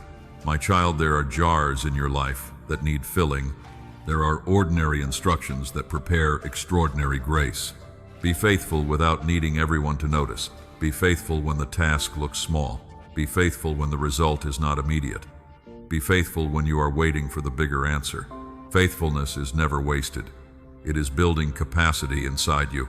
It is making you steady. It is training your heart to hold blessing with humility. If these words are speaking to your heart, let this be your declaration. I will be faithful today. Say it over the small task. Say it over the little resource. Say it over the step you have delayed. Say it because today matters. What you do with today becomes part of what you are ready to carry tomorrow. Stay with this message, my child, because I am teaching you how provision grows through wisdom, not only through desire. You have asked me for more, and I hear you.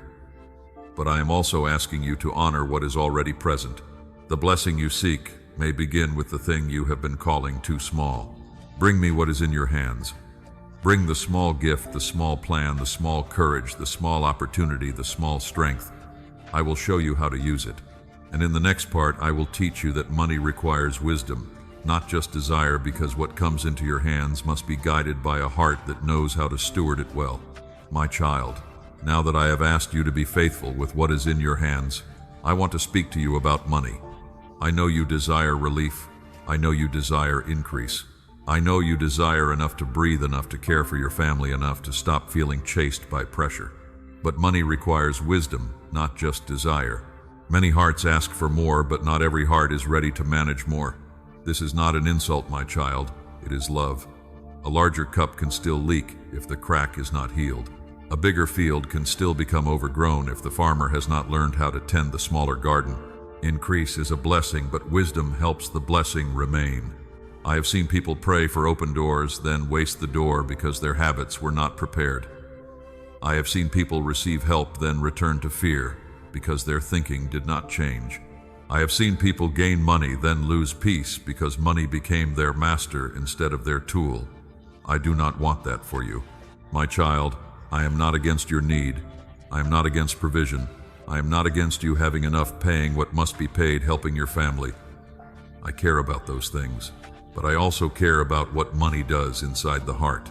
I care whether it brings gratitude or pride. I care whether it creates freedom or bondage. I care whether it is used with purpose or drained by fear. As it is written in 1 Timothy chapter 6, verse 10, the love of money is a root of all kinds of evil. Notice this, my child. Money itself is not the enemy. Money can feed, build, help, repair, support, and bless. But when love of money takes the throne, the heart becomes restless. It begins to chase more without peace. It begins to measure worth by possession. It begins to forget me. That is why I am teaching you wisdom before increase. Wisdom asks where money is going. Fear only asks why there is not enough. Wisdom plans. Fear panics. Wisdom learns. Fear repeats the same wound. Wisdom gives thanks for what remains. Fear stares only at what is missing. Wisdom makes decisions with peace. Fear makes decisions in a hurry and later calls them regret. My child, do not be ashamed to look honestly at your finances. Shame keeps things hidden, but wisdom brings them into the light. Look at what comes in. Look at what goes out. Look at what must be changed. Look at what can wait. Look at what is necessary and what has been draining you quietly. This is not punishment. This is stewardship. Stewardship is holy because it says, Father, what I have is not outside your care. My time belongs to you. My ability belongs to you. My resources belong to you. My decisions belong to you. Teach me how to hold them with clean hands. Teach me how to use them in a way that carries peace. Do not wait until you have more to become wise. Begin with what is small. If you have a little, manage the little with honesty. If you have one opportunity, honor it. If you have one skill, sharpen it. If you have one debt to face it with courage and a plan. If you have one habit that needs to change, begin there. A person who cannot honor a small seed may not recognize a larger harvest. A person who keeps wasting drops may struggle when the river comes. I am teaching you to notice the drops, to value the seed, to build the discipline, and to protect your peace before the increase arrives. My child, I also want you to remember generosity. Generosity is not measured only by large amounts. It is measured by the posture of the heart. A kind word can be generous. A shared meal can be generous. A wise gift can be generous. Helping someone while still using wisdom can be generous. Do not let lack make your heart close completely. At the same time, generosity is not the same as carelessness. I do not ask you to give from pressure, guilt, or the need to impress people. I teach cheerful wisdom, not anxious performance. Ask me where to give. Ask me when to help. Ask me how to love others without ignoring the responsibilities already in your hands. As it is written in Proverbs chapter 3, verse 9 and verse 10, honor the Lord with your possessions and with the firstfruits of all your increase. My child, honor begins in the heart. Honor means you remember me when you receive. Honor means you do not make money your God. Honor means you use blessing as a servant of love, purpose, responsibility, and peace. I know some of you are listening with heavy hearts because you feel you made mistakes. You spent too quickly. You trusted the wrong person. You ignored wisdom. You delayed decisions. You allowed fear to make choices. Bring that to me. Do not stay in shame. Shame freezes growth, but repentance opens the door to wisdom. You can learn, you can change, you can begin again. You can build better habits one day at a time. You can ask questions. You can seek wise counsel. You can create order where confusion lived. You can stop calling yourself foolish and start becoming teachable. A teachable heart is already moving toward freedom. My child, I want your financial life to be touched by peace, not ruled by panic. I want you to work honestly, spend wisely, save carefully, give thoughtfully, and trust me. I want you to stop chasing quick relief that steals long-term stability. I want you to become strong enough inside that provision does not make you proud and pressure does not make you hopeless. If these words are speaking to your heart, let this be your declaration. I choose wisdom today. Say it when desire wants to rush. Say it when fear wants to panic. Say it when an opportunity appears and you need discernment. Say it because you are not only asking for more, you are becoming ready to handle more. Stay with this message, my child, because I am preparing you for a deeper kind of provision. Not only money in your hands, but peace in your heart. Not only increase around you, but wisdom within you. Not only relief for today, but stability for tomorrow. Bring your desire to me. I will not reject it. Bring your need to me. I will not ignore it. Bring your habits to me. I will teach you. Bring your fear to me. I will steady you. Money requires wisdom, and I am willing to give wisdom to the heart that asks.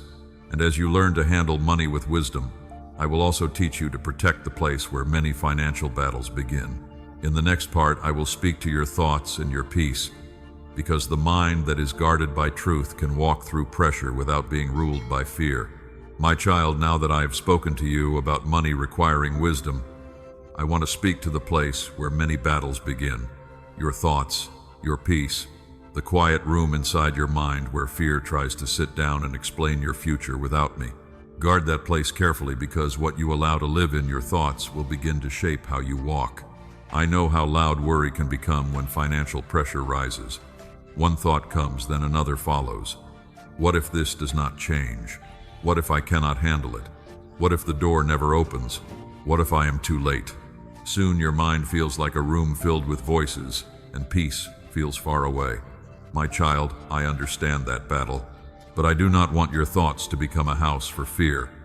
I want your mind to become a place where truth can breathe.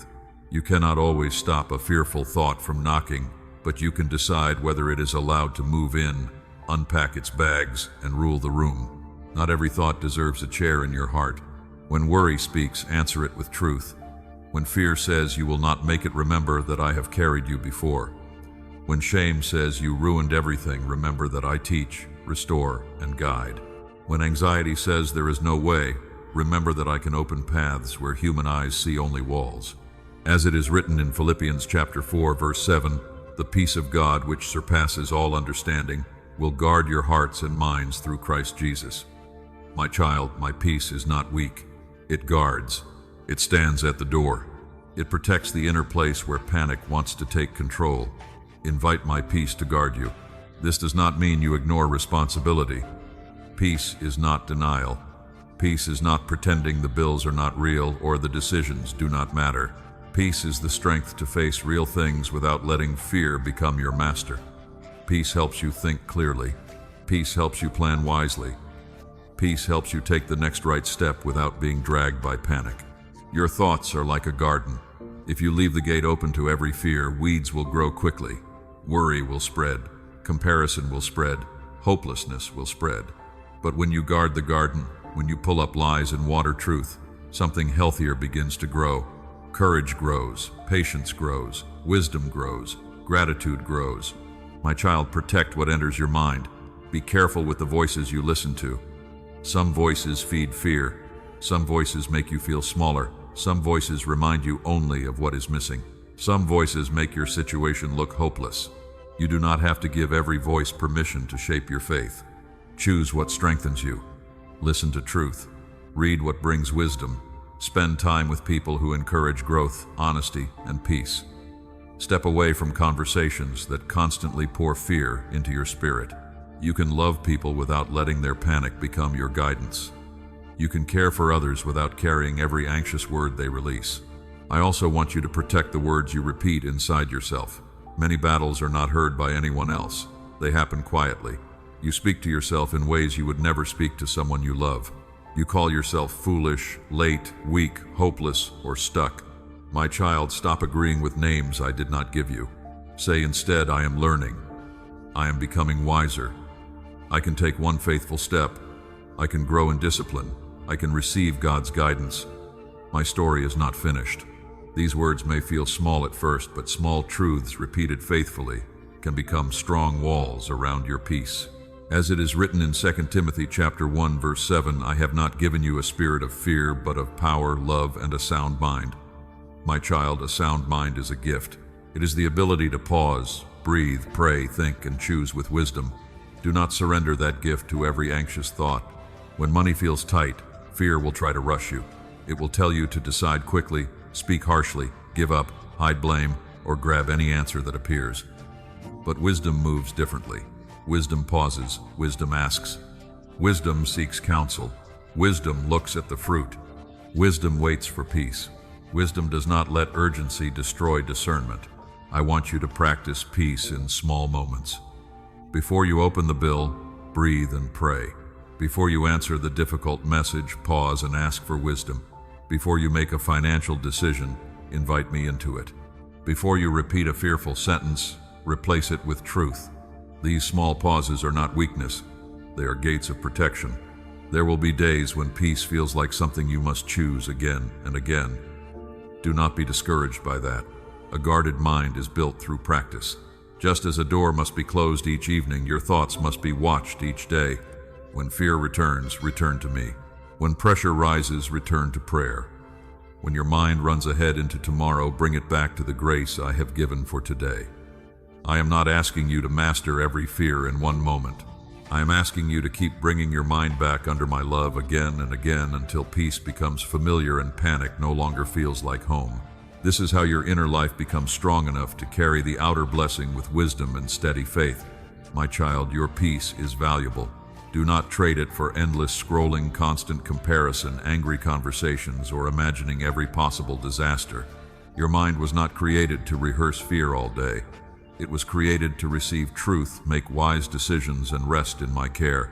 If these words are speaking to your heart, let this be your declaration. My peace is protected. Say it when fear knocks. Say it when your thoughts race. Say it when pressure tries to pull you into panic.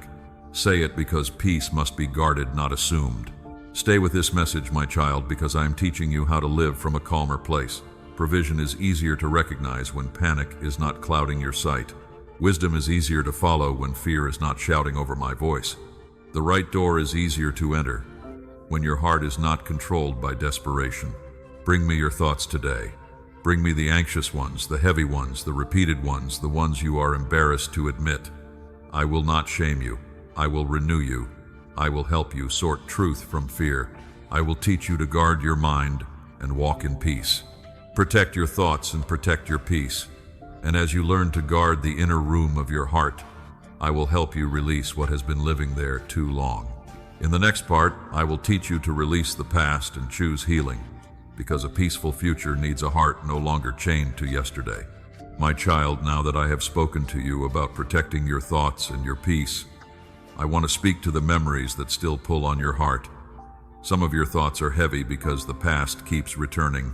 Old words, old wounds, old disappointments, old doors that closed, old people who left marks on your soul.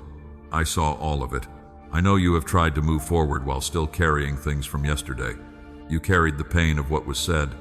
You carried the shame of what you wish you had done differently. You carried the disappointment of people who did not show up when you needed them. You carried memories that still whisper when you are trying to believe for a better future. My child, I am not asking you to pretend the past did not happen. Healing is not pretending. Forgiveness is not calling wrong things right. Moving forward is not denying the tears, the loss, or the confusion. I am asking you to stop letting yesterday hold the keys to tomorrow. There are things you keep replaying because your heart is still searching for an answer. Why did it happen? Why did they leave? Why did the opportunity fail? Why did I trust the wrong voice? Why did I make that choice? My child, I know every question. But some answers will not heal you as deeply as my presence will. Bring me the memory. Bring me the anger. Bring me the regret. Bring me the sentence you keep saying to yourself when no one is listening. I will not shame you for what still hurts. I will meet you there with mercy. I will show you how to carry wisdom without carrying the wound as your identity. As it is written in Isaiah chapter 43, verse 18 and verse 19, do not remember the former things, nor consider the things of old. Behold, I will do a new thing. My child, this does not mean the past taught you nothing. It means the past is not allowed to become the place where your hope dies. You can learn from yesterday without living there. You can remember the lesson without rebuilding the prison. You can honor the wisdom gained without letting pain sit on the throne of your heart. I want to free you from the invisible chains that keep pulling you back into places I am calling you to leave. Some of you are still carrying financial regret. You remember a decision that cost you. You remember an opportunity you missed. You remember a season when fear led you, or pressure pushed you, or lack made you choose quickly. My child, learn from it, but do not let shame become your teacher. Shame will only tell you that you are hopeless. Wisdom will tell you that you can grow. You are allowed to become wiser. You are allowed to begin again with clearer eyes. You are allowed to make better choices now. A mistake can become a lesson when it is brought into my light. A setback can become a turning point when you stop hiding it from me. I am not finished teaching you. There are also people you must release, not because what they did was small, not because the hurt did not matter, but because your peace matters too. Forgiveness is not opening the door again to everything that harmed you. Forgiveness is placing the debt into my hands and refusing to let bitterness keep living inside your heart. Bitterness is expensive. It spends your energy on people who may have moved on. It keeps your mind tied to conversations that are already over. It makes your future pay for what your past did to you. My child, I want you free. I want your heart soft again but wise, open again but guarded by truth, loving again but no longer careless with access. As it is written in Ephesians chapter 4, verse 32, be kind to one another, tender-hearted, forgiving one another, even as God in Christ forgave you. I have forgiven you with mercy, and I will help you forgive others with wisdom. You do not have to do it in your own strength. Bring me the names, bring me the pain, bring me the parts you cannot release alone. Healing may happen one layer at a time. Do not condemn yourself because you still feel tender. A deep wound does not always close in one day. A garden overgrown with thorns is cleared carefully. A room filled with old dust is opened, swept, and aired with patience. I will be patient with you, so be patient with yourself. My child, choosing healing is choosing to stop feeding what keeps you broken. Stop returning to the same thoughts that reopen the wound. Stop rehearsing the same story until your heart forgets there is life beyond it. Stop speaking as if the person who hurt you has more power over your future than I do. The past may explain some of your pain, but it does not own your purpose. What happened may have shaped you, but it does not get to define you forever. You are still my child. You are still being restored. You are still capable of peace, wisdom, joy, discipline, courage, and love. I know you may wonder how healing connects with provision. My child, a wounded heart can receive money and still feel unsafe. A bitter heart can receive opportunity and still carry suspicion. A fearful heart can receive help and still expect loss. That is why I heal the inner place as I prepare the outer blessing. I want you to receive without panic, give without resentment, manage without shame, and walk without dragging old pain into every new door. Healing makes room for wisdom to breathe. It lets your future feel different from what wounded your heart deeply. If these words are speaking to your heart, let this be your declaration: I choose healing today. Say it when old memories rise. Say it when regret tries to pull you backward. Say it when bitterness asks for another place to stay. Say it because your future needs a heart that is not chained to yesterday. Stay with this message, my child, because I am leading you into freedom. The provision I am preparing for you is not meant to land in a heart trapped by old pain. The new season needs room for peace, room for gratitude, room for wisdom, room for hope, room for the blessing I am teaching you to steward well. Release the past into my hands. Release what you cannot change. Release the shame. Release the anger that keeps burning your own heart. Release the fear that tomorrow must repeat yesterday. I am able to write a new chapter without asking the old chapter for permission. And as you release the past and choose healing, I will open your eyes to the blessings already around you. In the next part, I will teach you how gratitude opens your eyes to blessing, because a healed heart begins to notice light even before the full sunrise appears. My child, now that I have called you to release the past and choose healing, I want to open your eyes to the blessings already around you. Pain can make the heart stare at what was lost. Worry can make the mind count only what is missing. But gratitude helps you see that even in a difficult season, my goodness has not disappeared. I know there are needs still in front of you. I know there are bills, questions, responsibilities, and hopes that have not fully answered yet. Gratitude does not pretend those things are not real. Gratitude simply refuses to let what is missing become the only thing your heart can see. My child, when you live only by looking at lack, your spirit becomes tired. You wake up and notice what is unpaid, unfinished, unresolved, and uncertain. You go through the day carrying a list of worries. You lie down at night thinking about what has not changed. Little by little, your eyes forget how to recognize the quiet gifts I have already placed along the road. But gratitude is like opening a window in a room that has been closed too long. Fresh air enters. Light touches corners that had grown heavy. The problem may still be there, but the heart begins to breathe differently. Gratitude does not remove every burden at once, but it reminds you that the burden is not all there is. As it is written in 1 Thessalonians chapter 5, verse 18, "Give thanks in everything, for this is the will of God for you in Christ Jesus." My child, I did not say, give thanks because everything feels easy. I said give thanks in everything because thanksgiving keeps your heart connected to truth while you are still walking through the process. Be thankful for the strength that carried you this far. Be thankful for the breath in your lungs today. Be thankful for the lesson that made you wiser. Be thankful for the person who encouraged you when you felt low. Be thankful for the small door that opened the meal on the table, the quiet moment of peace, the chance to begin again. Do not call these things small as if they have no meaning. A single candle does not look like much until the room is dark. A cup of water may seem ordinary until the traveler is thirsty. A kind word may feel simple until it reaches a heart that was close to giving up. My child, many blessings hide in ordinary clothing. Gratitude trains your eyes to notice them. When you thank me for little things, your heart becomes more awake. You begin to see that my care has been present in daily bread, unexpected help, a timely idea, a lesson learned, a burden lifted for one moment, or the strength to take one more step. I know financial pressure can make gratitude feel hard. When money is tight, the mind can become fixed on numbers, needs, and deadlines. It can feel almost impossible to notice anything else. But even there, gratitude is not foolish. Gratitude protects your peace while wisdom prepares your next move. Gratitude says, "Father, I still need help, but I also recognize that you have not left me empty." There is power in thanking me before the full answer appears, not as a performance, not as a way to deny pain, but as an act of trust. When you thank me in the middle, you remind your soul that I was faithful before I am present now, and I will guide you forward. Remember the 10 lepers who were healed as they went. Only one returned to give thanks. My child, I noticed the one who came back. Gratitude draws the heart close to me. It does not only receive the gift, it recognizes the giver.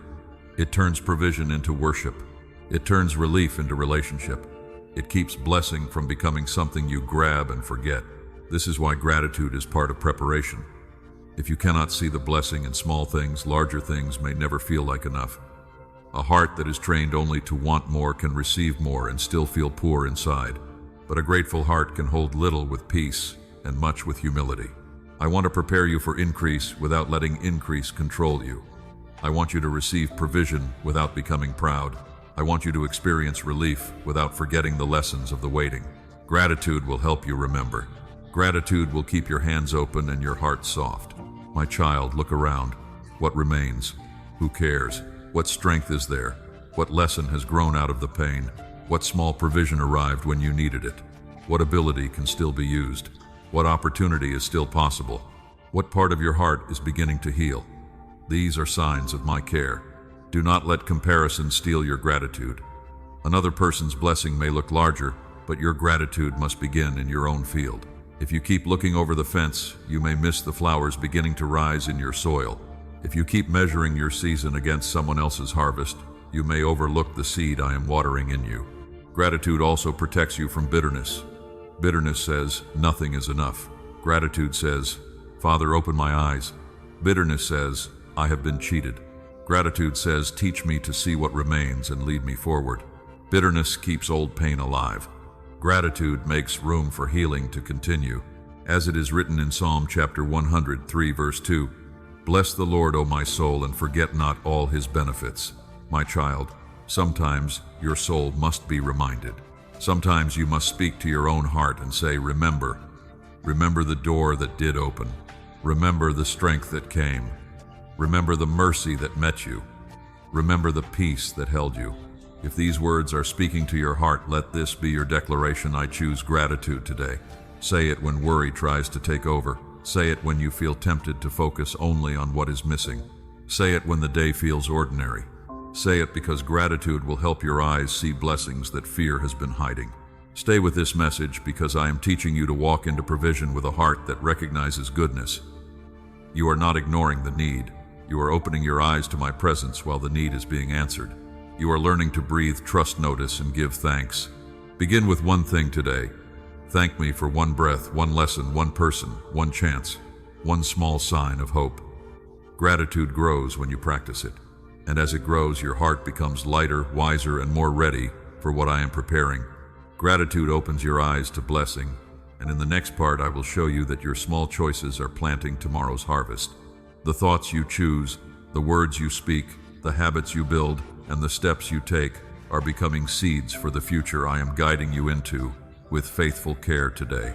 My child, now that I have opened your eyes to gratitude, I want you to understand how your daily choices are shaping what comes next. Your future is not only affected by one large moment, it is being planted through the small decisions you make again and again, often when no one is watching. Every thought you allow to stay is a seed. Every word you speak is a seed. Every habit you repeat is a seed. Every act of honesty, patience, discipline, kindness, prayer, and courage is planting something. My child, you are always sowing. The question is not whether you are planting. The question is what kind of harvest you are preparing. Do not underestimate the little choices. A small leak can empty a large jar over time. A small light can guide someone through a dark hallway. A small key can unlock a heavy door. In the same way, small choices can either weaken your peace or strengthen your future. What looks little today can become large tomorrow. As it is written in Galatians chapter 6, verse 7, whatever a person sows, that they will also reap. This is not meant to frighten you. It is meant to awaken you. I want you to see that your choices matter. Your private life matters. Your repeated thoughts matter. The way you handle small responsibilities matters. My child, when you choose wisdom in money, you are planting stability. When you choose honesty in work, you are planting trust. When you choose patience instead of panic, you are planting peace. When you choose gratitude instead of complaint, you are planting joy. When you choose discipline instead of delay, you are planting strength for the season ahead. You may be praying for financial provision, but I also want you to notice the financial seeds you plant each day. The small purchase made from emotion, the small amount saved with discipline, the small plan written down instead of ignored, the small skill practiced instead of postponed, the small decision to ask for wisdom before acting. These are seeds too. Do not say it does not matter, because it is only small. Small things repeated become patterns. Patterns become direction. Direction becomes destination. A river does not shape stone by touching it once. It shapes stone by continuing. In the same way, your repeated choices are shaping the path of your life. I know some days you feel tired, and when the heart is tired, small choices can feel heavy.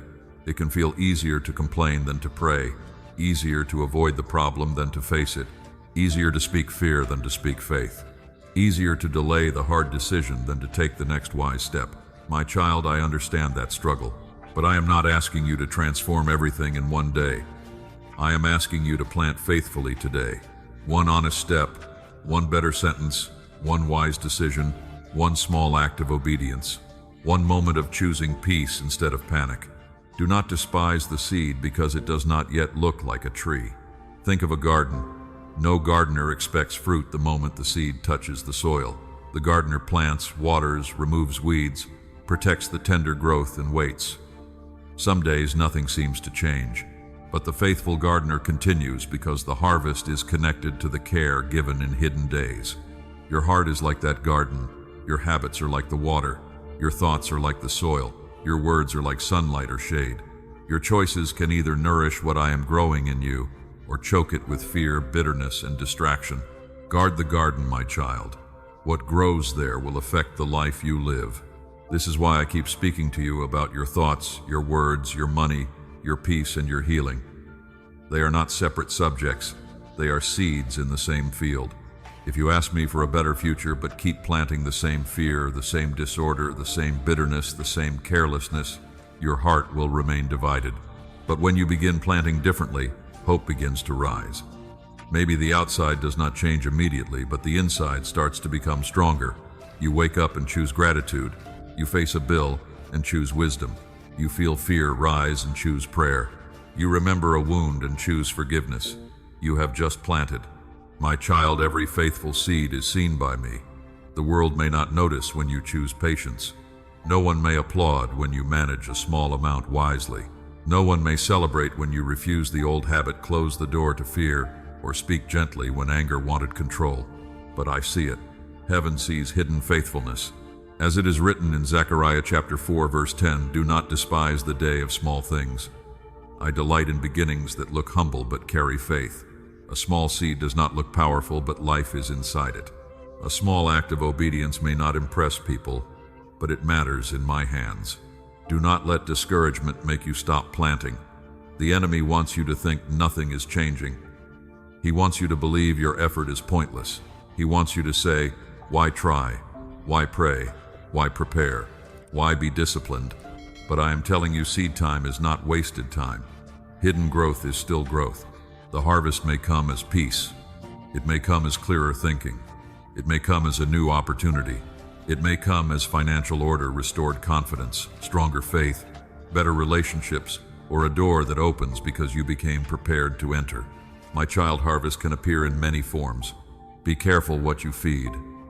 If you feed fear, fear grows. If you feed faith, faith grows. If you feed resentment, resentment grows. If you feed gratitude, gratitude grows. If you feed discipline, discipline grows. What you nurture will become stronger.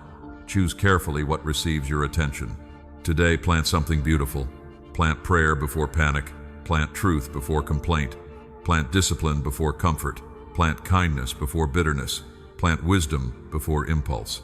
Plant courage before delay. Plant gratitude before fear. These seeds may look small, but they are part of the harvest I am preparing. If these words are speaking to your heart, let this be your declaration. I will plant wisely today. Say it when you are tempted to return to old habits. Say it when the next right step feels small. Say it when you wonder whether your choices matter. They do matter, my child. Stay with this message because I am teaching you to see your life as a field under my care. You are not helpless. You can plant with wisdom. You can water with faith. You can remove weeds with courage. You can trust me for the growth. Your small choices are planting tomorrow's harvest. And in the next part, I will show you that you are becoming stronger than before, because every faithful seed, every quiet battle, and every wise step has been forming strength inside you, even now, right here in this present season. My child, now that you understand your small choices are planting tomorrow's harvest, I want you to see what has been happening inside you. You are becoming stronger than before, not because the road was easy, not because every question has already been answered, not because you never felt afraid. You are becoming stronger because you kept choosing to continue when stopping would have been easier. Look back, my child, but do not look back with shame. Look back to see my hand. There were days you thought you could not make it through, yet you did. There were nights when your mind was tired, your heart was heavy, and your future looked unclear, yet you rose again. There were moments when worry tried to speak louder than faith, yet something within you still reached for me. That was not weakness, that was strength growing quietly. The world often thinks strength is loud. It thinks strength means never crying, never needing help, never feeling tired, never admitting uncertainty. But I see strength differently. I see strength when a wounded heart still chooses kindness. I see strength when a tired soul still whispers a prayer. I see strength when someone faces the same pressure again and says, "Father, guide me through this one more time." My child, the season that tested you also trained you. The financial pressure trained you to think more carefully. The waiting trained you to be patient. The closed doors trained you to trust my direction. The painful memories trained you to seek healing instead of living in bitterness. The small choices trained you to become steady. You may not have noticed the growth because it happened slowly. A tree does not hear its roots growing deeper. A river does not announce each stone it smooths. A heart does not always recognize the moment endurance is being formed.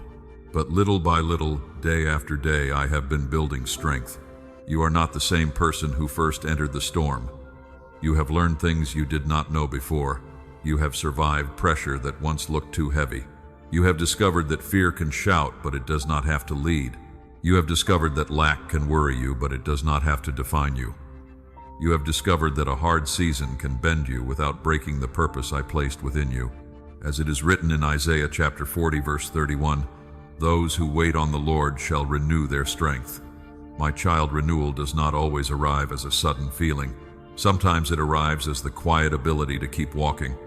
Sometimes it arrives as clearer thinking. Sometimes it arrives as the courage to face what you avoided.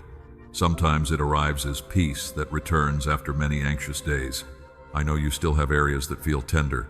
I know you still have questions. I know there are responsibilities that remain. But do not confuse unfinished battles with lack of growth. A soldier can still be in the field and be stronger than before. A traveler can still be on the road and have wiser feet than when the journey began. You are still growing, and the growth is real. My child, you have gained endurance, you have gained discernment, you have gained compassion, you have gained a deeper understanding of what truly matters. You know now that peace is valuable. You know that quick answers are not always safe answers. You know that money without wisdom cannot heal the soul. You know that the right door carries peace, not only excitement. That wisdom came through the road you walked. Do not despise it. Do not wish away every hard lesson as if nothing good could come from it. I do not waste surrendered pain. I can take what tried to discourage you and turn it into maturity. I can take what made you tired and teach you where to find true rest. I can take what humbled you and make it a doorway to deeper grace. You are becoming stronger in your thoughts. You are learning not to believe every fearful sentence that enters your mind. You are learning to pause, pray, and answer fear with truth. You are learning that worry may knock, but it does not need to rule the house. You are becoming stronger in your words. You are learning to speak life instead of repeating defeat. You are learning to say, I am growing, I am learning, I can begin again. God is guiding me. These words are not empty.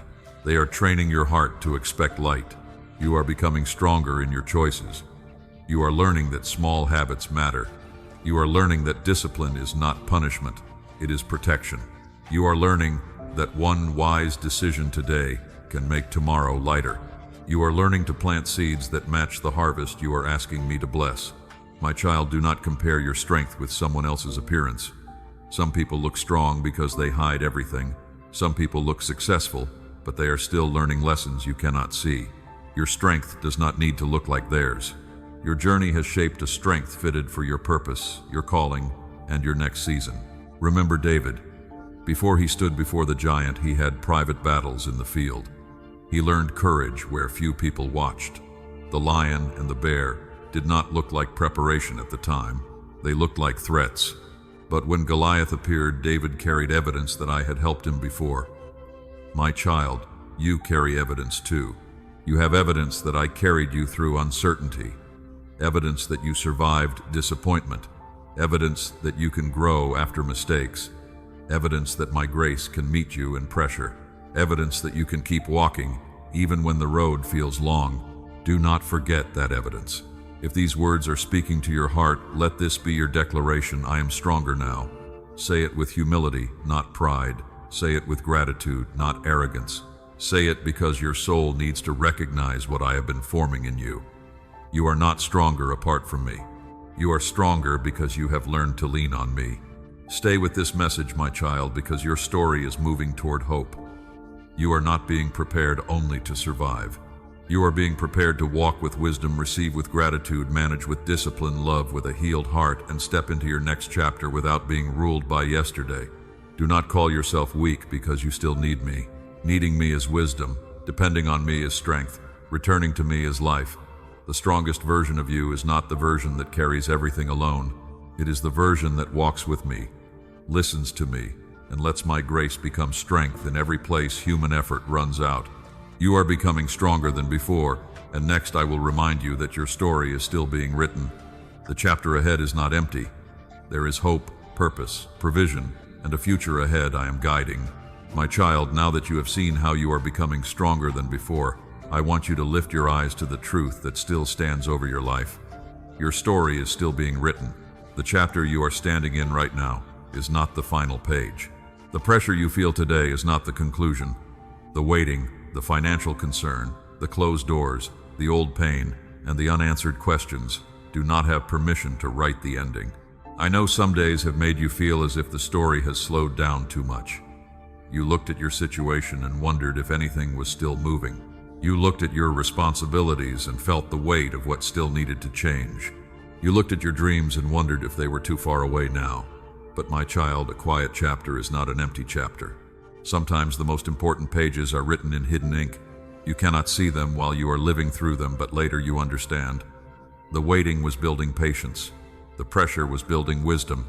The delay was protecting timing. The loss was making room. The silence was teaching you to listen. The small steps were creating a path that fear could not recognize. Do not decide the ending while you are still in the middle. A difficult page can still lead to a beautiful chapter. A stormy night can still end with morning light. A field that looks empty in winter can still be preparing for spring. You are not finished because this season was hard. You are not abandoned because the answer has taken time. You are not forgotten because the provision is still being prepared. As it is written in Philippians chapter 1, verse 6, "He who began a good work in you will complete it." My child, I began a good work in you. I began healing in you. I began wisdom in you. I began courage in you. I began discipline in you. I began a new hope in you. I do not begin with love and then abandon the work halfway. You have changed more than you realize. The person listening now is not the same person who entered the first storm. You have learned to pray in pressure. You have learned to stand after disappointment. You have learned to choose wisdom where fear once made decisions. You have learned that your worth is deeper than money, deeper than approval, deeper than one hard season. This matters, my child. The next chapter will need the strength being formed in you now. It will need the humility the waiting has taught you. It will need the gratitude that has opened your eyes. It will need the discipline that small choices have built. It will need the peace you are learning to guard. Nothing has been wasted. I know you are still asking about provision. I know your heart still desires relief. I know there are practical needs that have not disappeared. Bring them to me without shame. I am not offended by your need. I care about the bill, the work, the family, the opportunity, the decision, and the question. But I am also writing something larger than one answer. I am writing a life that carries wisdom, faith, compassion, and purpose. Do not let money become the only sentence you read in your story. Provision matters, but so does peace. Increase matters, but so does integrity. Opportunity matters, but so does character. I want your life to be rich in ways that fear cannot measure. A calm heart, a clear mind, honest work, wise choices, a grateful spirit, a soul that still trusts me. My child, there are pages ahead you have not seen. There are people you have not met. There are doors you have not noticed. There are ideas that have not yet awakened. There are blessings that will arrive in ways you did not predict. Do not close your heart because the last chapter was painful. Do not stop believing because the road has been long. Remember how many times you thought you would not make it, and yet you are still here. That is evidence. Evidence of my mercy. Evidence of my sustaining hand. Evidence that your story was not over when fear said it was over. If I carried you through yesterday, I can guide you through tomorrow. This does not mean you will never face another challenge. It means you will not face it without me. It means the same God who saw you in the night will walk with you into the morning. It means the same Father who heard your quiet prayers will guide your next faithful step. It means the future is not in the hands of fear. So continue with hope, continue with courage, continue with wisdom, continue with prayer, continue with honest effort. Continue choosing gratitude when worry tries to blind you. Continue planting good seeds when the harvest is not yet visible. Continue speaking life when old thoughts try to return. Continue trusting me with the parts you cannot control. If these words have strengthened your heart, let this be your declaration. My story is still being written. Say it as a reminder that one season does not define the whole journey. Say it as a promise that you will not surrender your future to fear. Say it as faith rising again inside a heart that has survived more than people know. My child, I want you to leave this message lighter than you came. Not because every question has been answered, but because you remember who holds the pen. Not because every need has disappeared, but because you know I have not disappeared. Not because the road is already easy, but because you are not walking it alone. Let peace return to your chest. Let hope rise again. Let your hands become faithful with what is present. Let your eyes become open to what I am showing you. Let your heart believe that a new chapter can begin with one surrendered step. If this message brought strength, share it with someone who needs hope. If it helped your heart remember my care, stay close to these words and return to faith when fear grows loud. I am still guiding you. I am still teaching you. I am still preparing provision, wisdom, peace, and purpose. Do not rush away from this truth, my child. Carry it into your morning, your work, your planning, your giving, your saving, your healing, and your quiet prayers. When worry returns, return to this promise. I am not done with you. I am not done providing. I am not done restoring. I am not done writing beauty from places you thought were only broken. Your story is still being written, my child. The page is not closed. The final word has not been spoken. Walk forward with me. Trust me with the timing. Trust me with the provision. Trust me with the healing. Trust me with the next chapter. I am with you in this moment, and I will continue leading you into every tomorrow with faithful love.